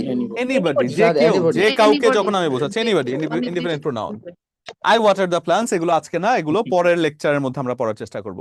তাহলে আজকের ক্লাসটা আমরা এখানেই শেষ করছি। ক্লাস কেমন লাগলো বলুন? বোরিং লেগেছে? স্যার একটু কথা বলতাম। হ্যাঁ বলেন। স্যার আমাদের ক্লাসের সময়টা এমন ভাবে দেওয়া হয়েছে যে আসরের নামাজও পড়া আমাদের জন্য সমস্যা হয়ে যায়। আচ্ছা আচ্ছা, এটা একটু আপনারা সার্ভিস ডিপার্টমেন্টে কথা বলবেন। এগুলো আসলে টিচাররা ব্যাপারগুলো নিয়ে ডিল করে না, তো তো সেজন্য একটু সার্ভিস ডিপার্টমেন্ট এটা একটু বলবেন। স্যার আমার কমেন্ট কি দেখা যাচ্ছে? জি আপনার কমেন্ট দেখা যাচ্ছে। ঝুমু আপনার কমেন্ট দেখা যাচ্ছে। স্যার একটু কথা বলতে চাচ্ছি। সাইরা কথা বলতে চাচ্ছেন। স্যার সারিয়া, আচ্ছা সারিয়া কোথায় আছেন? হ্যান্ড রেজ করেন একটু, আপনাকে আনমিউট করে দিচ্ছি। আচ্ছা আমাদের ক্লাস কিন্তু শেষ এখন। আমি আপনাদের কোনো কনফিউশন থাকলে বা কোনো কথা থাকলে আমি সেই ব্যাপারটায় কথা বলার চেষ্টা করবো, বাট স্টিল আপনারা যদি নামাজে যেতে চান, এক নম্বরে চলে জি ওয়ালাইকুম আসসালাম স্যার, কেমন আছেন? স্যার ভালো আছেন? জি আছি আলহামদুলিল্লাহ, ভালো আছি। বলেন। স্যার আমি আপনার সাথে আগেও ক্লাস করছি। আপনাকে আমার তো এটা পরিচিত হলো পরিচিত লাগছে, এই জন্যই মনে হয়। জি স্যার, আমি ইসমাইল হোসেন। আচ্ছা আচ্ছা এর আগে একটা ক্লাস 11 থেকে 20তম গ্রেডেই। তো আচ্ছা আমার ওয়াইফকে এখানে আবার ভর্তি করে দিছি। ওর আচ্ছা ক্লাসে আমি আর কি দেখছি আপনাকে। আচ্ছা আচ্ছা, তো যাক আমার একটা মাশাআল্লাহ। বিষয় একটু জানার ছিল। জি জি শিওর। সামনে আমার একটা পরীক্ষা আছে, তো ওই পিএইচসি একটা পরীক্ষা আছে আর কি 10ম আচ্ছা গ্রেডের। আচ্ছা তো আপনার ওই ফেসবুকে মেসেঞ্জার আমি একটু নক করবো, একটা বিষয় আমাকে একটু বলে দিলে ভালো হতো আর কি। ইসমাইল, ব্যাপারটা হচ্ছে তো কি, আমার ডেইলি অনেক মেসেজ আসে। হ্যাঁ, তো আপনাদের ক্লাস যখন আমি করাই, মানে আসলে আমি ফাঁকি দিতে পারি না, মানে ফাঁকিবাজি এই জিনিসটা আমার সাথে থাকে না। তো তো আমি আসলে এই সারাদিন পরে বাসায় গিয়ে যে মেসেজটা দেখবো, চেক করব, ওইটার আসলে সময়টা একটু কম হয়ে যায়। হ্যাঁ, তো সেজন্য আপনি যদি এখন বলতেন তাহলে আমার জন্য ভালো হতো। নয়তো আমি ও, চেষ্টা আচ্ছা করবো আচ্ছা আপনার স্যার। মানে রিপ্লাই দেওয়ার জন্য চেষ্টা আচ্ছা করবো। আচ্ছা আমি ঠিক আছে বলতে স্যার, পারছি না, এখানে কবে বলি। দিতে পারি। তো আমি তো স্যার সব বিষয়ে মোটামুটি পড়ছি, কিন্তু আমার একটু ওই সাধারণ জ্ঞানে যে বিষয়গুলো পড়লে আমি একটু ভালো করতে পারবো, এই বিষয়টা তো আপনি অভিজ্ঞ, এই বিষয়টা একটু আমাকে বললে ভালো হতো। আপনি 47 থেকে 71 পর্যন্ত, মুক্তিযুদ্ধ 47 থেকে 71 পর্যন্ত যে সময়টা আছে, ওই সময়টাকে খুব ভালো করে পড়েন। এরপর বাংলাদেশের অর্থনীতি, বাংলাদেশের কৃষিজ সম্পদ, বাংলাদেশের বনজ সম্পদ, এই জায়গাগুলো ভালো করে পড়েন। আর প্রাচীন বাংলার ইতিহাসে এত যাওয়ার দরকার নেই। প্রাচীন বাংলার ইতিহাস থেকে খুবই নগণ্য পরিমাণে প্রশ্ন আসে। বাংলাদেশের সংবিধান, এই জায়গাটা ভালো করে পড়েন। এই জায়গা থেকে কমন পেয়ে যাবেন আশা করছি। ঠিক আছে? জি স্যার। ঠিক আছে স্যার, ভালো থাকবেন। ঠিক আছে sir, thank you. Okay, welcome. আসসালামু আলাইকুম। অনেক ভালো লাগলো স্যার। আমার কমেন্ট কি দেখা যায়? জি আপনাদের কমেন্ট দেখা যাচ্ছে। খাদিজা আপনার কমেন্ট দেখতে পাচ্ছি আমি, আলহামদুলিল্লাহ স্যার ভালো লাগলো। এককভাবে আর কেউ ক্লাস করায় নাই এরকম ভাবে আর কেউ? আচ্ছা ঠিক আছে, thank you so much Shripa Akter. তাহলে আজকে এখানেই শেষ করছি। ধন্যবাদ আপনাদেরকে, যেহেতু আপনারা অনেকেই এই ক্লাসটা করেছেন। এটা আসলে রিপিট হয়েছে, অনেক কয়েকটা ব্যাচে এটা রিপিট হয়েছে। এরপরও আমার স্টুডেন্টরা ছিলেন আমার সাথে, জন্য এটা আসলে আমি আপনাদের প্রতি কৃতজ্ঞতা প্রকাশ করছি।